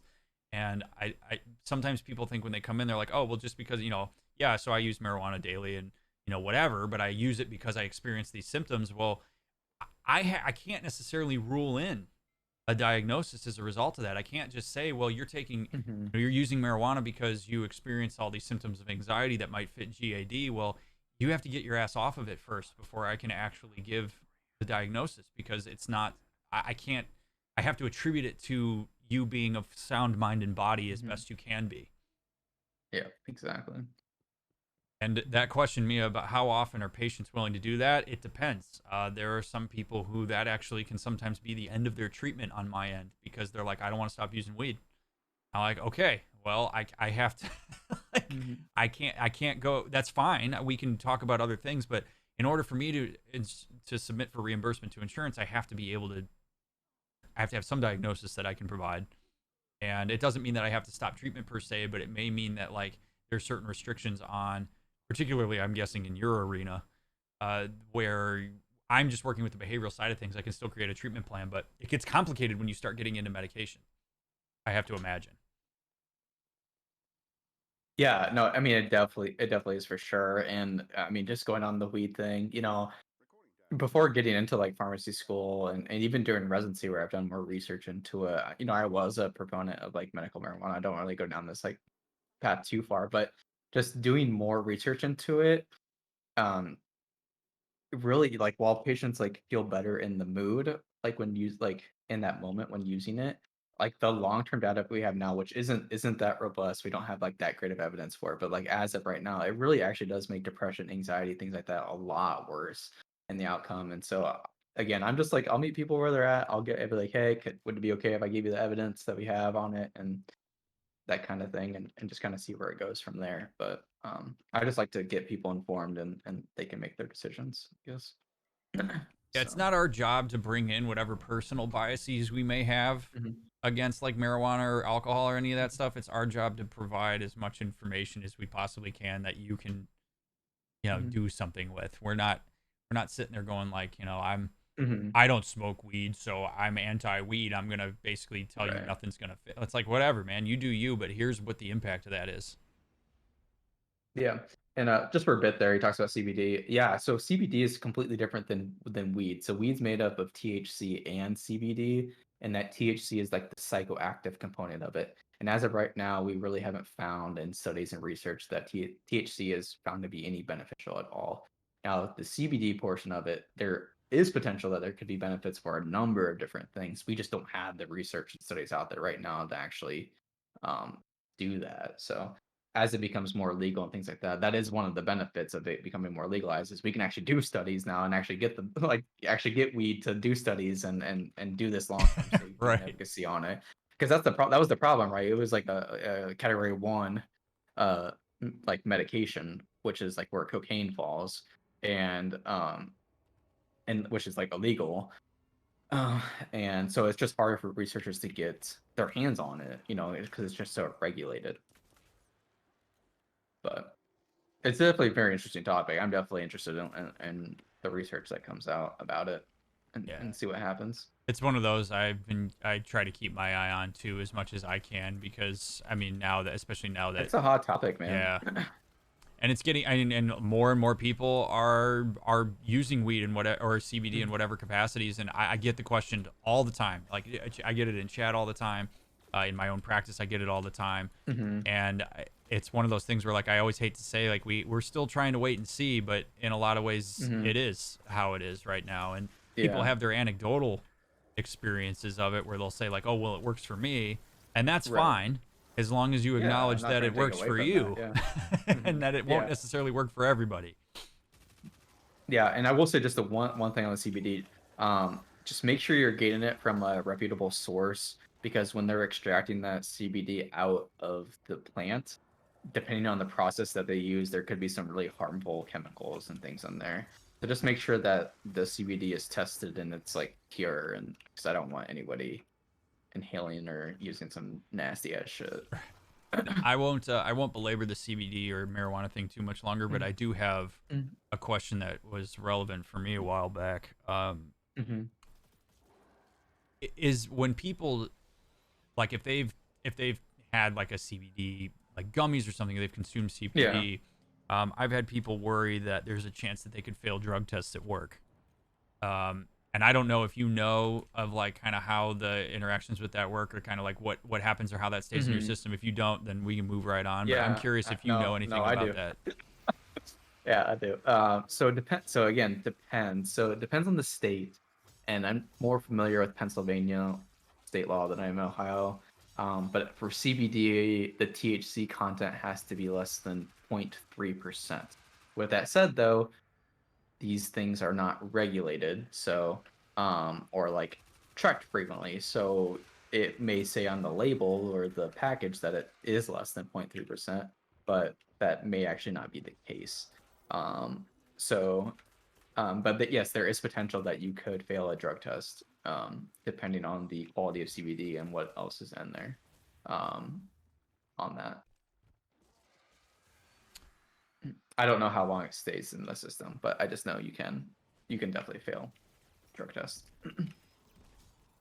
Okay, I appreciate that. That's really helpful And for me that's to due know. to the THC component of Right, the CBD. right, because it's not completely stripped of it.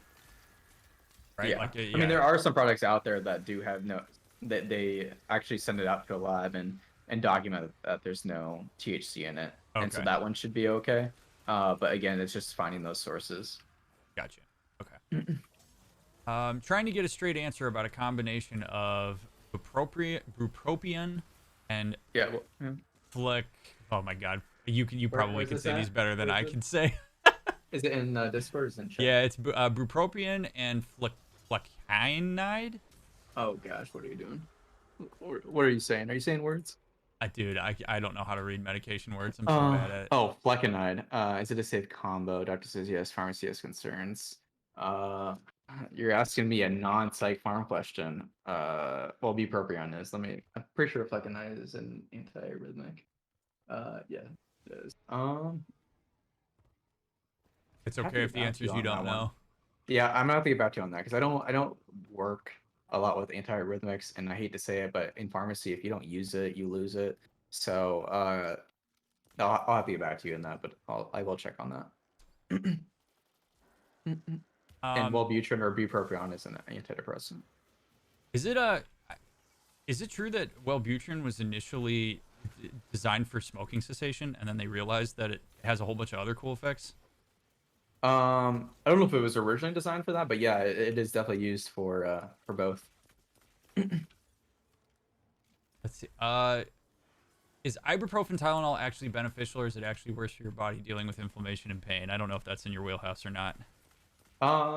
No, I think they're definitely beneficial. There's certain circumstances, like for example, I just got the COVID vaccine last week, so there you wouldn't want to take ibuprofen or Tylenol, you know, on that same day or recently because it can affect your immune response.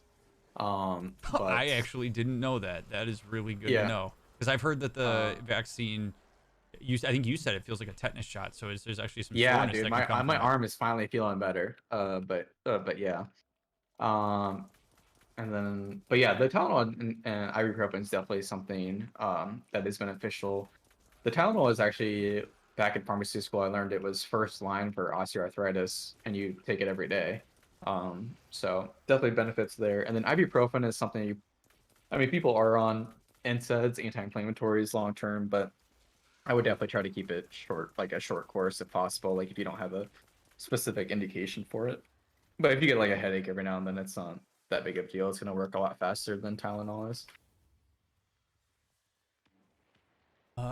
Why does the VA send 16 to 30 pages of how to take this medication, and these are the side effects every single refill of script I get? I've been on the same 6 meds and dose for 8 years, but every time I get 60 to 90 pills, 16 to 30 pages with my name and social printed on front and back. Yep, that's a liability. I figured that's had to have been what it is.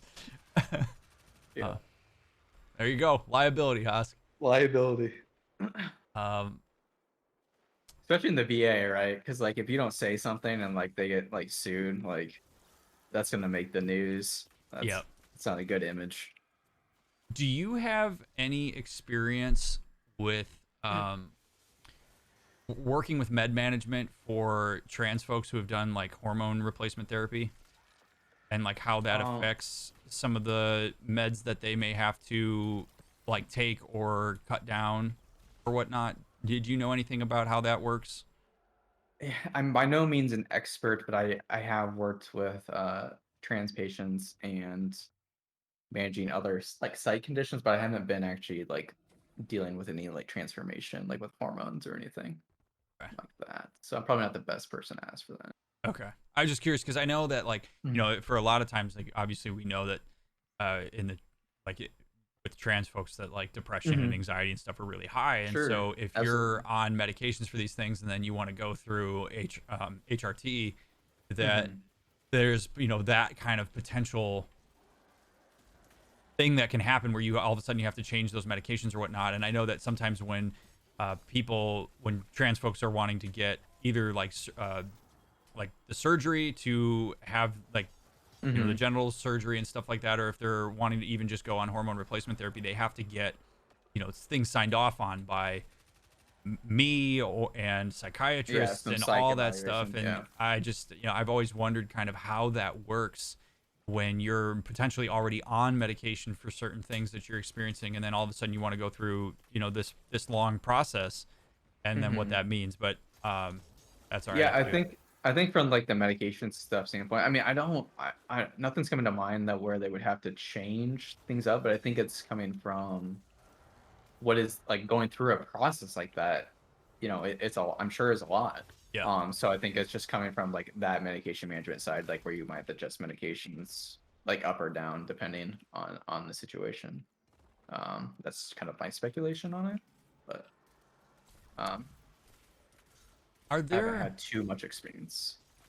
so in that vein, with some of the like medications that you most commonly like prescribe and work with, Hmm. are there differences in terms of like gender and the effect that some of the more commonly prescribed psychotropic medications have? Um, the only one I can really think of is Ambien. So females actually metabolize Ambien slower. Ambien's used for sleep, um, insomnia, things like that. Um, and they metabolize it slower. So the FDA recommends a lower maximum dose for them compared to males. Um, Otherwise, it's really just as far as the gender differences, it's just kind of the prevalence of the illness. So, for example, bipolar 2 is actually more prevalent in females than males. Hmm. So it's just kind of more of that type of scenario. Okay. Also, I do want to remind everybody that an answer to your question from Monster does not mean that he is telling you should do whatever thing. It's for educational purposes. If it sparks something that you find to be interesting or speaks to your experience, please talk to your prescribing physician about that. This is not medical advice. What class did you struggle with most in your pharmacy program? Um, Oncology, dude. I respect so many people who like go to be an oncology pharmacist. Cancer and chemotherapy. I just feel like there's a new med out every day. So I really struggled in that one. Yeah, that seems like Um, a real fast moving target. yeah. Let's see. What are your thoughts on? Well, speaking of, what are your thoughts on chemo? Wow, there we go. What are your thoughts on chemotherapy? My worst class. What are your thoughts on chemotherapy and/or radiation Yeah, therapy? okay. Patients being prescribed to help with appetite, mood, etc. Um, And it's all right if you don't have the answer for that, but it's hilarious. yeah, no. So actually, so I do know a little bit about treating depression in patients who have cancer. So for example, a medication that can help with appetite and mood is a medication called mirtazapine or Remeron, and actually is a very common medication we prescribe to cancer patients, uh, patients with cancer, and um, and it works really well for that. And also just treating their depression in general with normal antidepressants can help increase appetite as well as mood, things like that. When it comes to new So conditions or meds, how do I, as a patient, tell my providers how well the medication is working? I haven't found a proper way to be like, oh, this medication is 60% effective, since I don't have that level of comparison with alternative meds. So I think that comes down to maybe setting up like goals that you come up with your therapist. Like, Mick said, maybe you have a hard time getting up out of the day, taking that shower, going to work out, things like that. Just setting smart, small goals for yourself. And if you're able to complete those and just try to come up with own objective measurements for you. Was I able to do this before I start the medication or, things like that? Am I more social now that I've taken this medication or am I not? And kind of going about it that way. Just noticing kind of those small differences that you may not have realized you're actually uh, able to do. Which I want to piggyback a little bit on here and say that like mental health and mental illness is not something that can really be quantified. Like there's really Yeah. not a such thing as being like 60% less anxious. Like that kind of stuff just isn't, like, that's not really measurable. The thing that we have as markers for whether people are, quote unquote, getting better is often more behaviorally oriented. So like, are you sleeping 2 additional hours a night more than you might have been prior to this? Are you eating more Hmm. healthily? Are you going out more often? Like those types of things. Behavioral manifestation is the marker, but there's really like it's not like this thing where you like, you take an SSRI and you say my depression is 40% gone, because there's really no way to quantify that. What you're really doing is just having constant communication with both your therapist, in my case, and the prescribers and the med managers in Monster's case about, here's what my current experience of taking the meds are. Is that something I should be concerned about, or is that something that's to be expected? Mm-hmm. And I've noticed that there are these changes in my behavior, there are these changes in my mood, and you speak to them as best you can, and then we help quantify that. I don't think it's realistic to expect clients who don't have the knowledge that we have to be able to articulate that in the way that we would. It's an unrealistic expectation. Yeah. Just tell us like what's been going on, and we'll take the heavy duty off you as far as figuring that stuff out. When do you consider taping patients off medication? Is there some criteria or protocol guidelines you follow to determine this?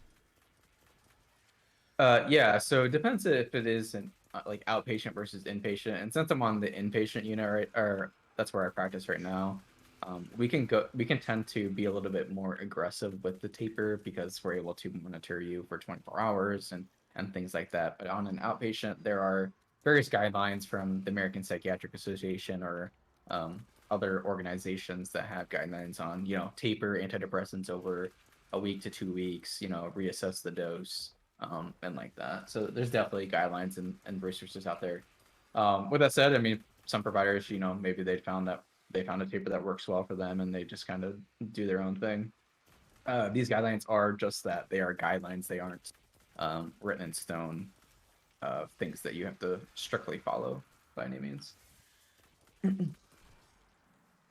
I was wondering if Monster would be able to explain why it's not good to give your pets human meds.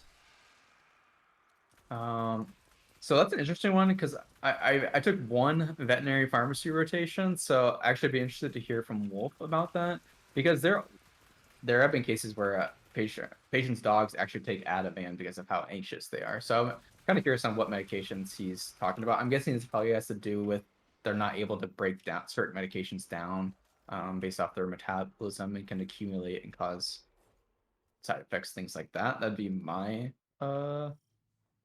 answer, but I wonder if Wolf has a certain medication in mind. Because I definitely know dogs that take Ativan. Yeah, I mean, I've heard of like doggy Xanax and stuff. Like, yeah. Yeah. Mm-hmm. How common is it for a patient to consistently get really bad GI side effects like vomiting, diarrhea, uncomfortable weight loss that last 4+ weeks with psych meds? And what are more GI-friendly psych med options? So with antidepressants, it is that is a very, very common side effect for patients to have is the GI upset, nausea, vomiting, things like that. So there is one antidepressant that comes to mind, sertraline or Zoloft, has actually been known to have like the biggest offender for GI side effects. So if that's a condition, like, if somebody's got IBS or things like that, maybe I would avoid recommending that to a provider. But otherwise, the nausea GI stuff tends to get better like over a week to 2 weeks of taking the medication. So, I mean, there's maybe some like as needed medications you could take to help with that diarrhea if it's bad or nausea, such as like Zofran or things like that. But otherwise, unfortunately, that's kind of a common side effect of those antidepressants. I imagine you know this with considerable more depth than I do. Mm-hmm. Why is it that there are GI issues that people have when they take these things? Like, what's the actual thing that's going on in a person's body that makes that be the case? Yeah, so there's serotonin receptors throughout our body. It's not only in our brains. There's a lot of serotonin in our gut. So that's so when you have an increase in that serotonin in that area could lead to those GI side effects. Cool. Yeah, science. Because I always love like the answers to like why things are happening like that. You know, like Right. it's like, Yeah. you know, people are like, oh, you'll get a stomach ache, and you're like, well, wait a minute, like Why? why? Yeah. And it's like, well, because Yeah. the same thing that you're trying to block in your brain is also being blocked in your stomach, and your stomach Hmm. doesn't like that. And Yeah. so you're going to feel it elsewhere because we can't, Hmm. unfortunately, we can't isolate things to specific areas of the body frequently. So it's, you know, you have these like this fallout from it. So I just, Hmm. I love No, absolutely. I love always the answers to those things. Let's see. Having extreme anxiety, insomnia, why would a psychiatrist prescribe Latuda with both being side effects? Which, I Right. mean, if you want to answer that, you can. I'll throw Hmm. a maybe a more meta question out there that I think kind of Hmm. casts a wider blanket, which is, you know, there's this effect that sometimes medications have, and I actually forget the word for it, where where it actually exacerbates the thing it's trying to treat. Oh, Um, antidepressants, perfect example if you're using it for anxiety. Yeah, so can you explain a little bit about how that works, and then like why that would still be something that a person would prescribe, like in say a case like Latuda, with that, like Hmm. how you navigate that? Yeah, so the common one I think about when this happens is the antidepressants are first line for treating anxiety, but they do have a side effect of worsening anxiety at the beginning. And that really is just like it goes back to those receptors being modulated and it just taking time for those receptors to readjust. And over time, that is going to uh, improve those anxiety symptoms. So, um, but that's why we tend to avoid certain antidepressants that increase that worsen anxiety, such as like Cymbalta Effexor. Those are called SNRIs, and they affect both serotonin and norepinephrine.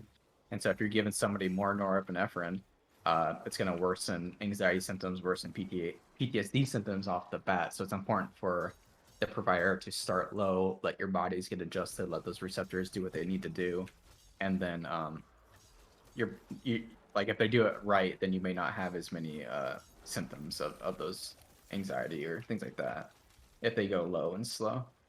Um, with the Latuda question, so Latuda is indicated for schizophrenia and bipolar depression. Um, so I'm not really sure why your doctor prescribed that. Interesting. I'm Yeah. interested. Yeah, I'm interested to see their the clinical thinking on that. I'm sure they had a reason, but maybe it was an off-label indication. But that's where I tend to see Latuda being prescribed more is for those two indications. I think in that case, then we're talking about ask anytime you have a question about why something's Mm-hmm. been prescribed to you, just ask the person Mm-hmm. who prescribed it. Period. Yeah, exactly. They should be able to answer that question. If they can't answer that question, I'd be like worried as hell. Yeah, yeah. If they can't answer why I'm taking this medication or why they want me to take this medication, I'm probably not going to take it, right? I certainly wouldn't if I. I mean, it's the same way. It's like with me with diagnosis. Like if I'm gonna diagnose somebody, I had damn well better be able to answer why I diagnosed Right. it. And if you have a therapist or a psychiatrist or somebody who like whether it's with meds or with a diagnosis, if they Mm-hmm. cannot tell you why they diagnosed you what they diagnosed you with or why they prescribed what they prescribed, it's time to get a second opinion and find somebody else. I know you said you were no longer at the VA. Mm-hmm. But have you seen or changed your own procedures on medications following the opioid epidemic within that system? Has it bled into other types of medications in the way they're prescribed or monitored? Yeah, so I've actually tried to so Narcan is a big initiative that the VA is trying to, give to, veterans, that type of thing, who are prescribed opioids or if they have any history of opioid use disorder.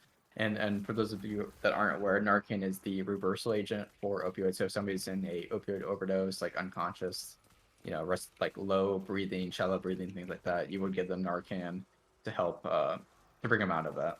But that also is going to put them into immediately withdrawal, and they're going to feel like shit. So they're probably not going to be too happy. But you also save their life. So um, but so yeah, that was a really big initiative I helped with at the VA was counseling patients on how to use Narcan, making sure that they pass this information on to a family member or friend because somebody can't administer Narcan to themselves if it is a true opioid overdose because they're going to be unconscious.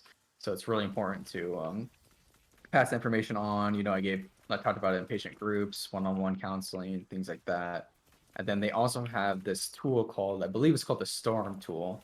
I don't remember the acronym, but it essentially identified if you were at risk for an overdose. Again, this isn't saying that you are going to overdose if you take the medications just as prescribed, or trying to abuse them or in any way. Like people overdose accidentally in the similar situation. Maybe they stop taking their opioids, for a couple days, a week maybe, and then they go back to trying to take that same dose, and it unfortunately happens. Or maybe they get a new medication and it interacts with that opioid, to where they could potentially, increase the concentration of that opioid in their system and causes an overdose to happen. So it's not just in the where somebody's trying to abuse the situation, but those were probably the two situations where I was like involved, I guess, if you would say, in the opioid epidemic. And actually being in Ohio is one of the worst, I guess, offenders for opioid abuse. I don't remember the exact numbers, but I know it's really bad. But at my current hospital facility, I've done a lot to try to be able to get Narcan into the hands of our patients who need it and counsel on it. And I've been working with a physician to help make it enterprise-wide. Can SSRIs make ADHD symptoms worse? I haven't seen that, but I'm not going to count anything out with psychotropics. Unfortunately, Right. with mental health medications, and how they affect people, everybody's differently, and sometimes, I'm sure you've heard, it's more of an art than a Oh yeah. science. And so, SSRIs generally cause insomnia, but I know patients who've taken SSRIs and they get tired on it. So there's potential that it could. That's not something commonly that I hear or that I've seen. But have that conversation with your doctor. Let them know what's going on, and see what they can do, and see if it's attributed to that. I think also from my end of things, not doing the medication aspect of that, the question then becomes, what does ADHD symptoms being worse mean? Because that can mean different things for different people, right? Like if you're saying, well, I'm even more scatterbrained than I was prior, or does it mean that your productivity's gone down? Does it mean that you're maybe now hyper focusing on one thing more than you were, and it's sort of moved the needle in that direction? So that's the other thing, is like, what quantifies or qualifies something as getting worse in mental health is due to partially the art of it, that we're really looking at an amalgam of symptoms more often than anything else. And so that's where having some of that coordinated care between somebody like me and somebody like Monster is really useful, because we can ask, like, does this have to do with the medication, or is this potentially just something we would expect as a manifestation of the ADHD? And Right. it's, we have to coordinate as best we can to make that happen. Yeah, I think that's a good, just like, something I'm definitely going to take into practice tomorrow, is asking that question, because what insomnia means to you does not, may not be what insomnia means to me. Right. And so, Right. so yeah, it's super important to realize that. Because I, for example, personal example, I talk about this on stream all the time. I sleep 4 to 6 hours a night. That's it. And for some people, that would be insomnia. Like for some people, they would be like that. If I slept 4 hours a night, I would consider that to be insomnia for myself. Like, so there is kind of a spectrum on some of these things where we have to look at your relative experience and history and all that stuff. Do you ever prescribe Xanax for anti-anxiety, and do you have problems with people misusing it? So I think there is a time and a place for benzos to be used. For example, if somebody has a fear of getting on flights, things like that, I think Xanax or Ativan are appropriate in those situation. There's people who have like agoraphobia and are able to, leave their house and do what they need to do, hold a job, go to the grocery store, whatever it may be. So in those situations, benzos are really effective for treating it, but I would tend to lean on using a longer half-life benzo, like something like Klonopin, where the abuse, like, while there is an abuse potential with that, but patients don't get that immediate euphoria from taking Klonopin like they would Xanax. It's so easy to get hooked on Xanax because of that immediate effect that you get from it. Like your anxiety is immediately gone. Whereas like Klonopin or something like that, it's going to lower your anxiety. It's going to do what it does and keep it like more at a baseline. Like those peaks aren't as high. but there's just less room for abuse with that. But I definitely tried to avoid prescribing benzos or recommending benzos if possible, because a lot of times anxiety can be managed with therapy, antidepressants, maybe Buspar, hydroxyzine, things like that, which aren't like don't carry that abuse potential. What so from your side of things, Mm-hmm. what is anxiety? I mean, I would say racing thoughts, constant worry. I mean, if we are we gonna include like OCD in this So anxiety I think stuff? I mean even more so, like I should have been more clear. Like I think what I mean Okay. is like, when you take, say, like a Xanax or a benzo, like that's doing something Mm-hmm. biologically, right? Mm-hmm. Like it's affecting these like Oh yeah, uptakes and stuff. yeah. Like so anxiety in this sense, like there is some form of like biological understanding of like Oh yes, anxiety, sure. how it works and stuff. And I'm curious kind of Mm-hmm. like if you could describe that a little bit, because I always talk about the behavioral manifestations of it, the way it feels, like what, Mm-hmm. how we talk Sure. ourselves through it. But what is it kind of from that like biological Yeah, so psychopharmacology usually it's a perspective? like an increase of norepinephrine release as well increasing cortisol levels, which cortisol has to do a lot with like stress, things like that. So uh and also with the GABA receptor, which is affected by alcohol, it's affected by benzodiazepines, things like that. So just like dysregulation in that kind of receptor pathway. Um, with that said, we don't really know exactly why anxiety happens, but those are probably like the most common things we see. So it's just kind of like a dysregulation of those and increase just having too much or too little of those. Cool. How different are SSRIs and SNRIs, and in what ways? Yeah, so actually they're really similar. So the only difference between an SSRI and an SNRI is that an SNRI adds the norepinephrine reuptake inhibition. So it's just fancy me just saying that it increases norepinephrine. Um, and that's the only difference. So as whereas SSRIs only act on serotonin, SNRIs act on serotonin and norepinephrine. And what was the second part of that question? Oh, just you answered it. You got it. Oh, okay. Um, can you tell when people are faking symptoms just to get meds? And what do you do in that situation?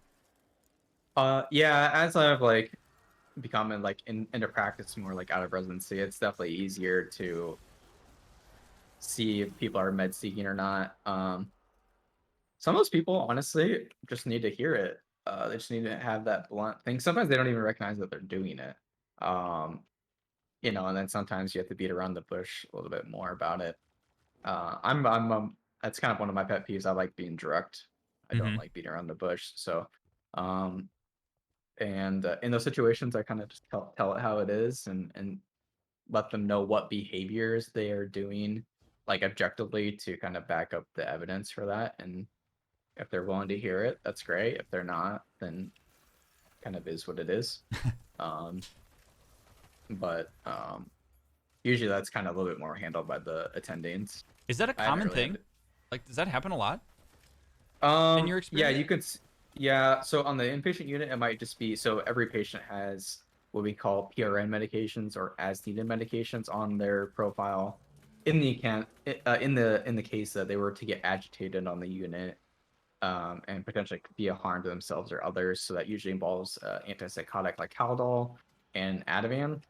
But there's going to be some times that people will say they have a lot of anxiety, and then the nurse will just give them Ativan when they don't really have any other symptoms of anxiety Mm, that you're talking about, like racing heart, or they don't assess the patient; they just hand it to them, type of thing. So, in those situations, if it's like the patient's like overly sedated, like after like they get a benzo and it's a constant thing, maybe their history, um, things like that. Like if they have a substance abuse history, we might be more aware that this might be a potential um, drug seeking behavior.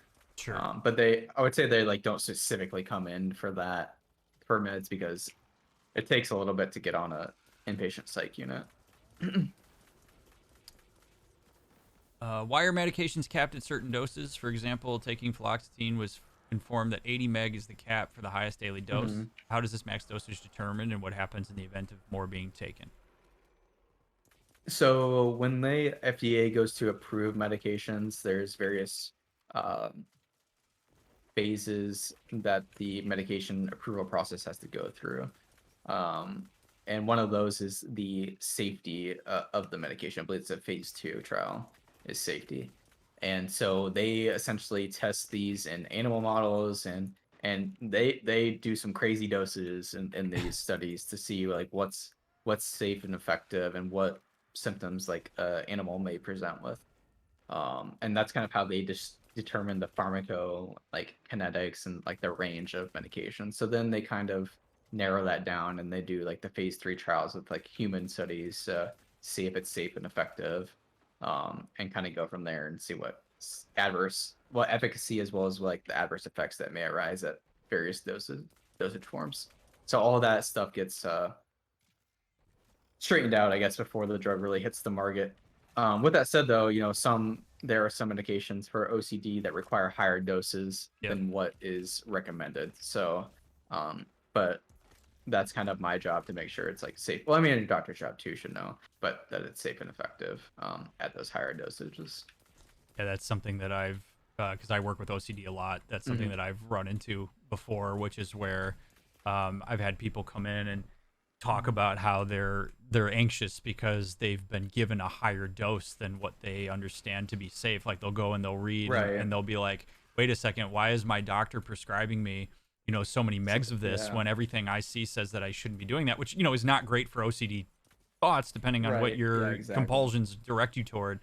And so I say this in some ways of like, if you or anybody out here, or somebody struggles with OCD and this is something that's happened to them, know that that's potentially like it's a common practice. It's not something that's because they're like messed up or because the doctor screwed up necessarily.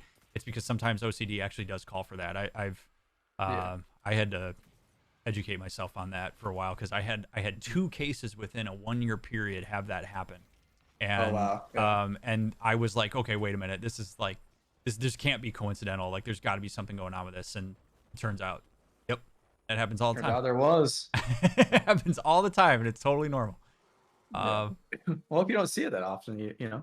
Yeah, it's funny because like I don't, a lot of times with OCD that I work with, I'm working with people who aren't necessarily on meds, but then when people do go to like if it's really bad and I have to make a referral out for a psychiatrist or to like get some coordinated care in, that's when I run into that. Or sometimes I'll have where like somebody will come in and they'll say like I'm struggling with OCD. I'm now on medication, but I need an augment for this. I need talk therapy on top of it. And then that usually comes up over the course of like, I had this concern about my meds and I hadn't really been thinking much about it, but I've done some research on it now and this seems weird. Do you know anything about it? And Yeah. it's OCD is nasty, man. It's just absolutely nasty. Definitely.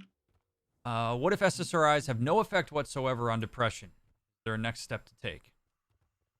Yeah, so kind of the, I guess, treatment algorithm is you try SSRIs usually about, I mean, kind of up to like the patient and the provider, but usually it's a couple different SSRIs. We try them.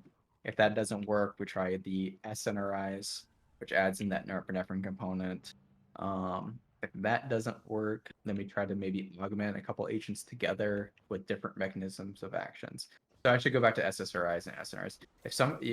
Since they work so mechanistically similar, because they hit basically the same serotonin receptors, somebody should not be on an SSRI and an SNRI at the same time. That's just a what we call a duplication of therapy. Um, but if that doesn't, but if like those 2 drug classes don't work, we can augment with different options such as mirtazapine or bupropion. And then if you have treatment-resistant depression, there's ECT, electroconvulsive therapy, shock therapy, which is used as a last resort frequently. Yes. Just know this, please. I always have to jump in and say that when ECT comes up because people freak out about it. Yeah. And then there's also like, I mean, you can use like lithium. You can use T3, which is a thyroid medication to augment treatment-resistant depression. We can use MAOIs, which is a completely different mechanism. There's a lot of different options. But yeah, essentially what I'm getting at is there's a lot of different options we can go if SSRIs don't work. And some of that aren't even medication related. We can have a cranial magnetic stimulation rate. There's, I don't know if you've seen that before, Mick. Yep, I have. There's like acupuncture we can do again with pain and depression. Second, therapy obviously is in there too. So there's a lot of different options available out there that can help with depression that aren't just SSRIs. Yep.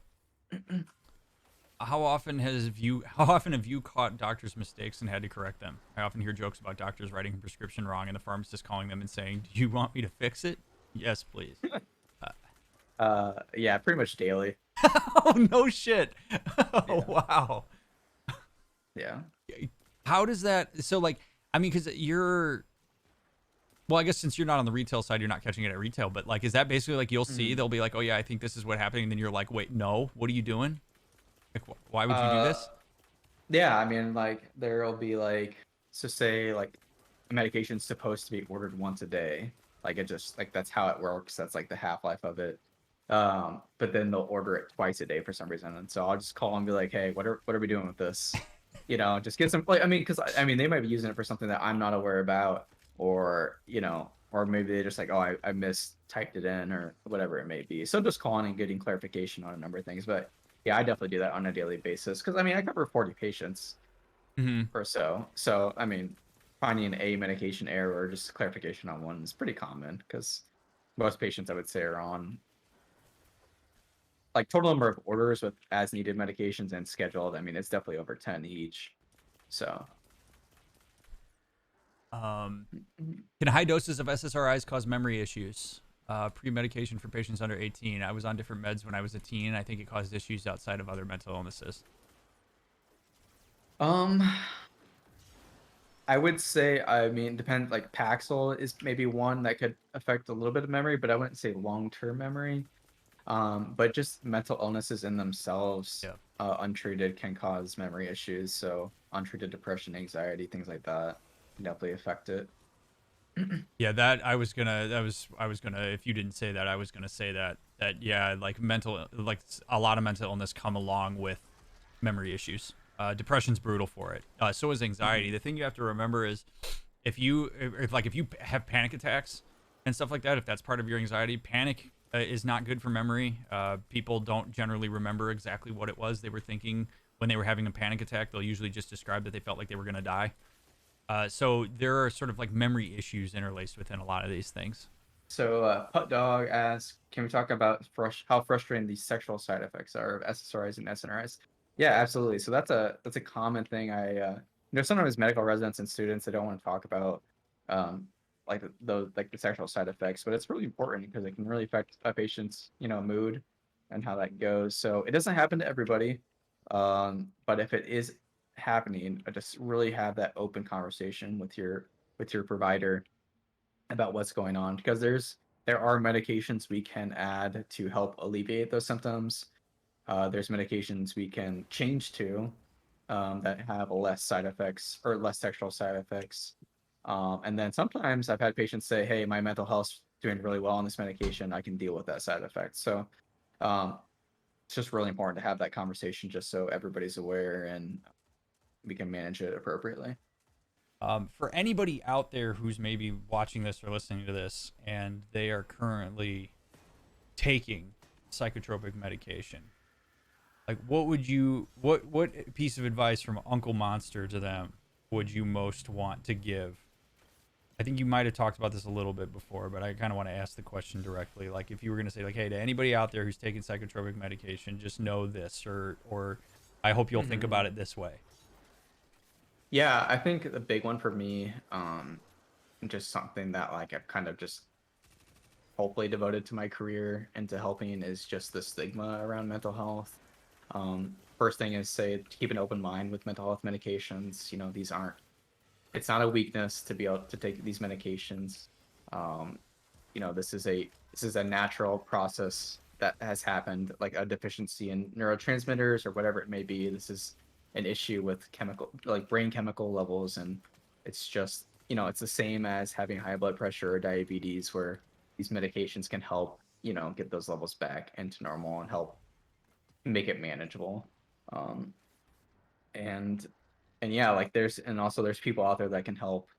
Just the door is always open. Whether it be therapists, pharmacists, doctors, friends, family. It's just trying to find the right person there that can that's willing to listen, type of thing. So Are there any meds you prescribe for sleep paralysis, especially if it's not caused by narcolepsy?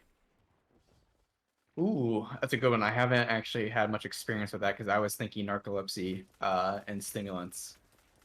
So I unfortunately do not have an answer for that one. Look into that. Llama, I'll answer that question. It depends. Yeah, it depends. There's I saw sometimes that too. family Yeah. history. Sometimes there are events that happen in our lives and things we learn that contribute to it. Hmm. There are, there is genetic expression on certain things that can lead people to have a propensity for certain things.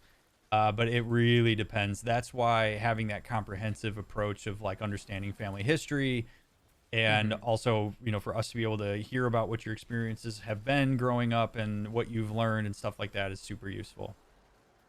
Yeah, and I don't know if I'm stretching too far into the therapy here, but one other thing I would say is try not to let your illness define you. That's why I try to correct myself and say, like, I don't say schizophrenic patients. I say patients with schizophrenia, Yep. patients with diabetes. I think that's really important to change that mindset with people. And I tell my students this all the time and correct them whenever they like misspeak about the importance of that. Your illness does not define you, who you are. I have a question. If you know the answer, what is Inconcerta, the ADHD medication that helps with making a person with ADHD more focused? I'm just genuinely curious. Yeah, Concerta is just it's similar to um methylphenidate, so it's just like a similar to Ritalin, it's just like a longer acting uh medication. I think it lasts about 8 to 12 hours, I believe, plus or minus a few there. If a person is depressed and misdiagnosed as bipolar, what negative reactions might they have to bipolar medication? Um, it's what negative reaction? Um, they just might be a little bit over sedated depending on what medication they get put on. That's probably the biggest thing I would say. Because like lithium, if someone gets prescribed lithium, um, things you might see are like tremor, GI side effects, increased sensation for like thirst, like makes you thirsty, um, things like that. I would just say probably sedation is probably the biggest one. You actually see more issues with being misdiagnosed as Yep. depression and then finding out there's a bipolar uh, indication. The reason for that being because uh, mania is mania. So like Mm, if if yeah. if a therapist sees if a therapist has diagnosed a person with bipolar, it means that mania has to have been observed or described, whether it's mania or hypomania. So it's going to be very rare that a person is diagnosed as bipolar, but they're actually depressed. Because if you're going to Right. take medication for bipolar and it helps with the stabilization, like lithium is a mood stabilizer, right? Like if it helps with the Yeah. stabilization of that, then that person may not experience the same depths and highs of depression and mania that they otherwise would, or maybe depression lingers a little bit longer and mania is stifled. That doesn't mean that they're actually depressed. It means that the bipolar is probably being contained or Hmm. treated properly. So it's going to be rare for that. It's usually where I'll diagnose somebody with depression, they'll go see a psychiatrist, they'll get put on an antidepressant, and then they'll have a manic episode, and we go, oh shit, it's bipolar. Whereas if a person is depressed and they're put on an antidepressant and then they're stabilized, then it's like, oh, okay, cool, it was depression. So, Right. Yeah. and yes, ADHD can be misdiagnosed as bipolar. Yes. Hmm. Happens all the time. Yep. I'm diagnosed Very common. bipolar 2. I certainly think I've been hypomanic, but antidepressants work great for me along with bipolar meds. It's made my doctor wonder. Yeah, I'd keep having a conversation with your doctor about it. Yeah. Absolutely. Nor say that bipolar people go manic on antidepressants. Yes, that Yes. Yep. happens. Yeah, Definitely. it's called a switch. That's what they call it. And something kind of a fun fact, I guess, is that switch if somebody comes in with major depressive disorder or depression symptoms, they get put on an antidepressant, and then they flip into a manic state. That switch to a manic state may not be seen for up to 10 weeks. So it's not like an instant thing, like the next day somebody gets switched into this manic state. It can take up to 2 months, 2.5 months or so. Is really good to know. Also, can you? Because I love hearing you talk about this stuff. Um, You love my voice. why would that? I do. I do. It's just so. Why is it that an antidepressant can lead to the trigger of a manic episode or state? Yeah, so my understanding is so with bipolar disorder, the highs and lows that a normal person would experience, like with a job promotion, getting a gift, things like that, or even just switching to a depressive state, such as like a funeral or something like that, that would make us sad or happy. Those aren't as high and low as what is seen in bipolar disorder. So when if somebody is depressed, their lows are they're low. Like think of like Grand Canyon of low, like it's as low as you can possibly get. And then when you give them an antidepressant, you're increasing that back almost like too quickly to quote baseline, and it just flips them completely into a manic state to where their chemicals are just all out of whack.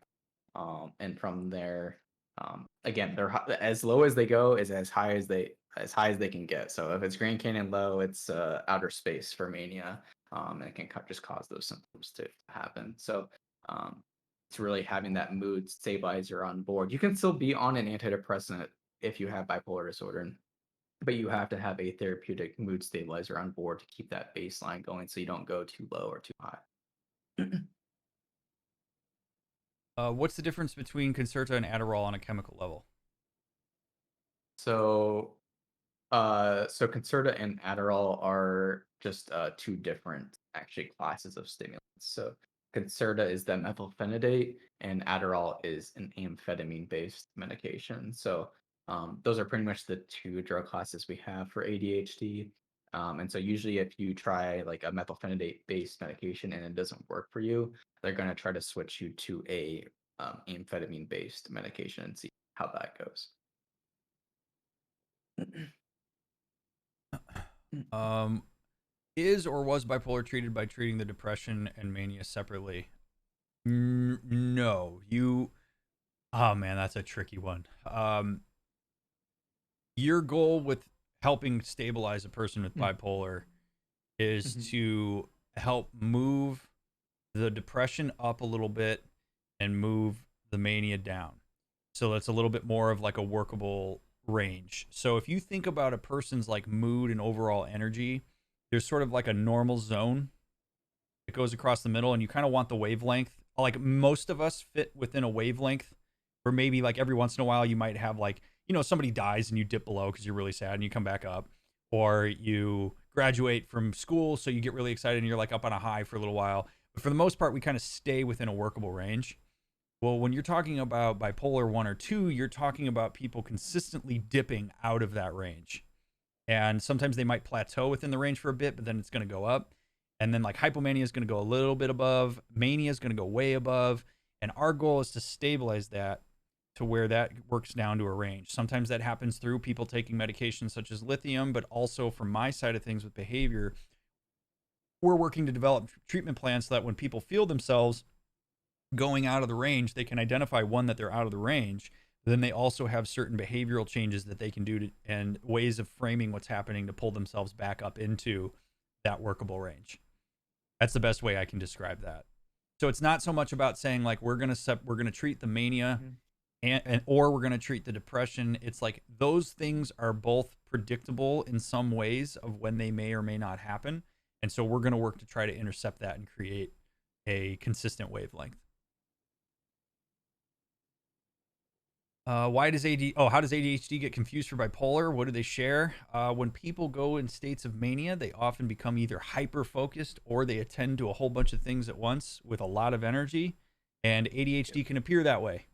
right? Like where there's hyper focus Mhm. and or there's inattentiveness or hyper attentiveness on multiple things at once, and there's a sense of overwhelm that comes from that. So mania sometimes can appear to look like ADHD can. And if you don't have context and history, it's very easy to look at a manic episode on face value and say that's Mhm. ADHD because you haven't seen the depression that comes along with it. Because some mania is really distressing. Like people, as great as it can feel when it's happening, it also is like there's a tension that comes along with it that's really brutal.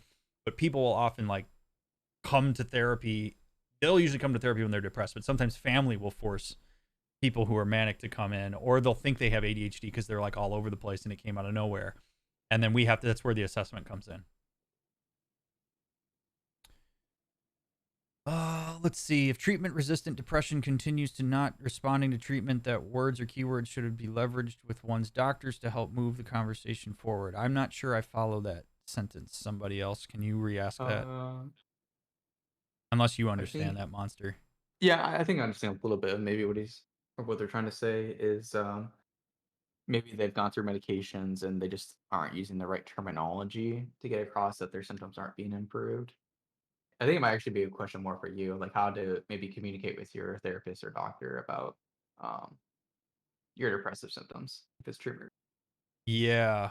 I would, if you could rephrase that somebody else, that would help me a lot.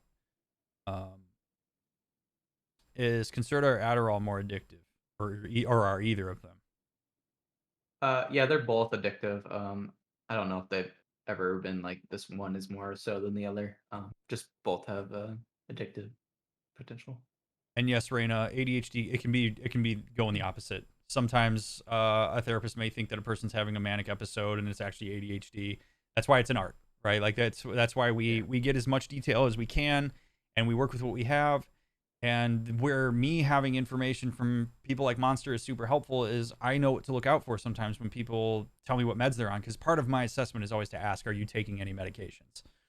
And that means that I have sort of a body of things that I can look at. But it happens all the time. Stuff gets misdiagnosed, and that doesn't mean that it's not going to ruin your life necessarily. It's one of those things where it's like, oh shit, we have more information now, and I can actually say, oh yeah, I think this actually may be bipolar, and can make a referral, right? Or if you need medication, Mhm. you can go talk to a psychiatrist, or and they're going to do an assessment on like med history and stuff like that, even more depth than I could do, and then that coordinated care is going to hopefully help get you situated into a spot where we've got meds and a treatment plan that's going to work for you. If I have high blood pressure, which med would be best for ADHD? So there's a medication called clonidine. It was an old blood pressure medication that I've actually found to have like sort of a calming effect and has been able to help relieve some of those hyperactivity symptoms that you might see. So you could try that one, but usually the stimulants aren't the best because they can increase blood pressure. Um, so maybe clonidine, maybe Strattera. Um, Talk to your doctor a little bit more maybe about those options. Um, all right, we'll do this as the last one. I appreciate the clarification, somebody else, because I have a feeling this is one that both of us actually will have different levels of input on. Mm. So if everything that's being tried is failing, how does one figure out a productive way to still get help or something different versus staying stuck? I'll take that first one. That second one I think is Okay. probably better for you. Um, Okay. so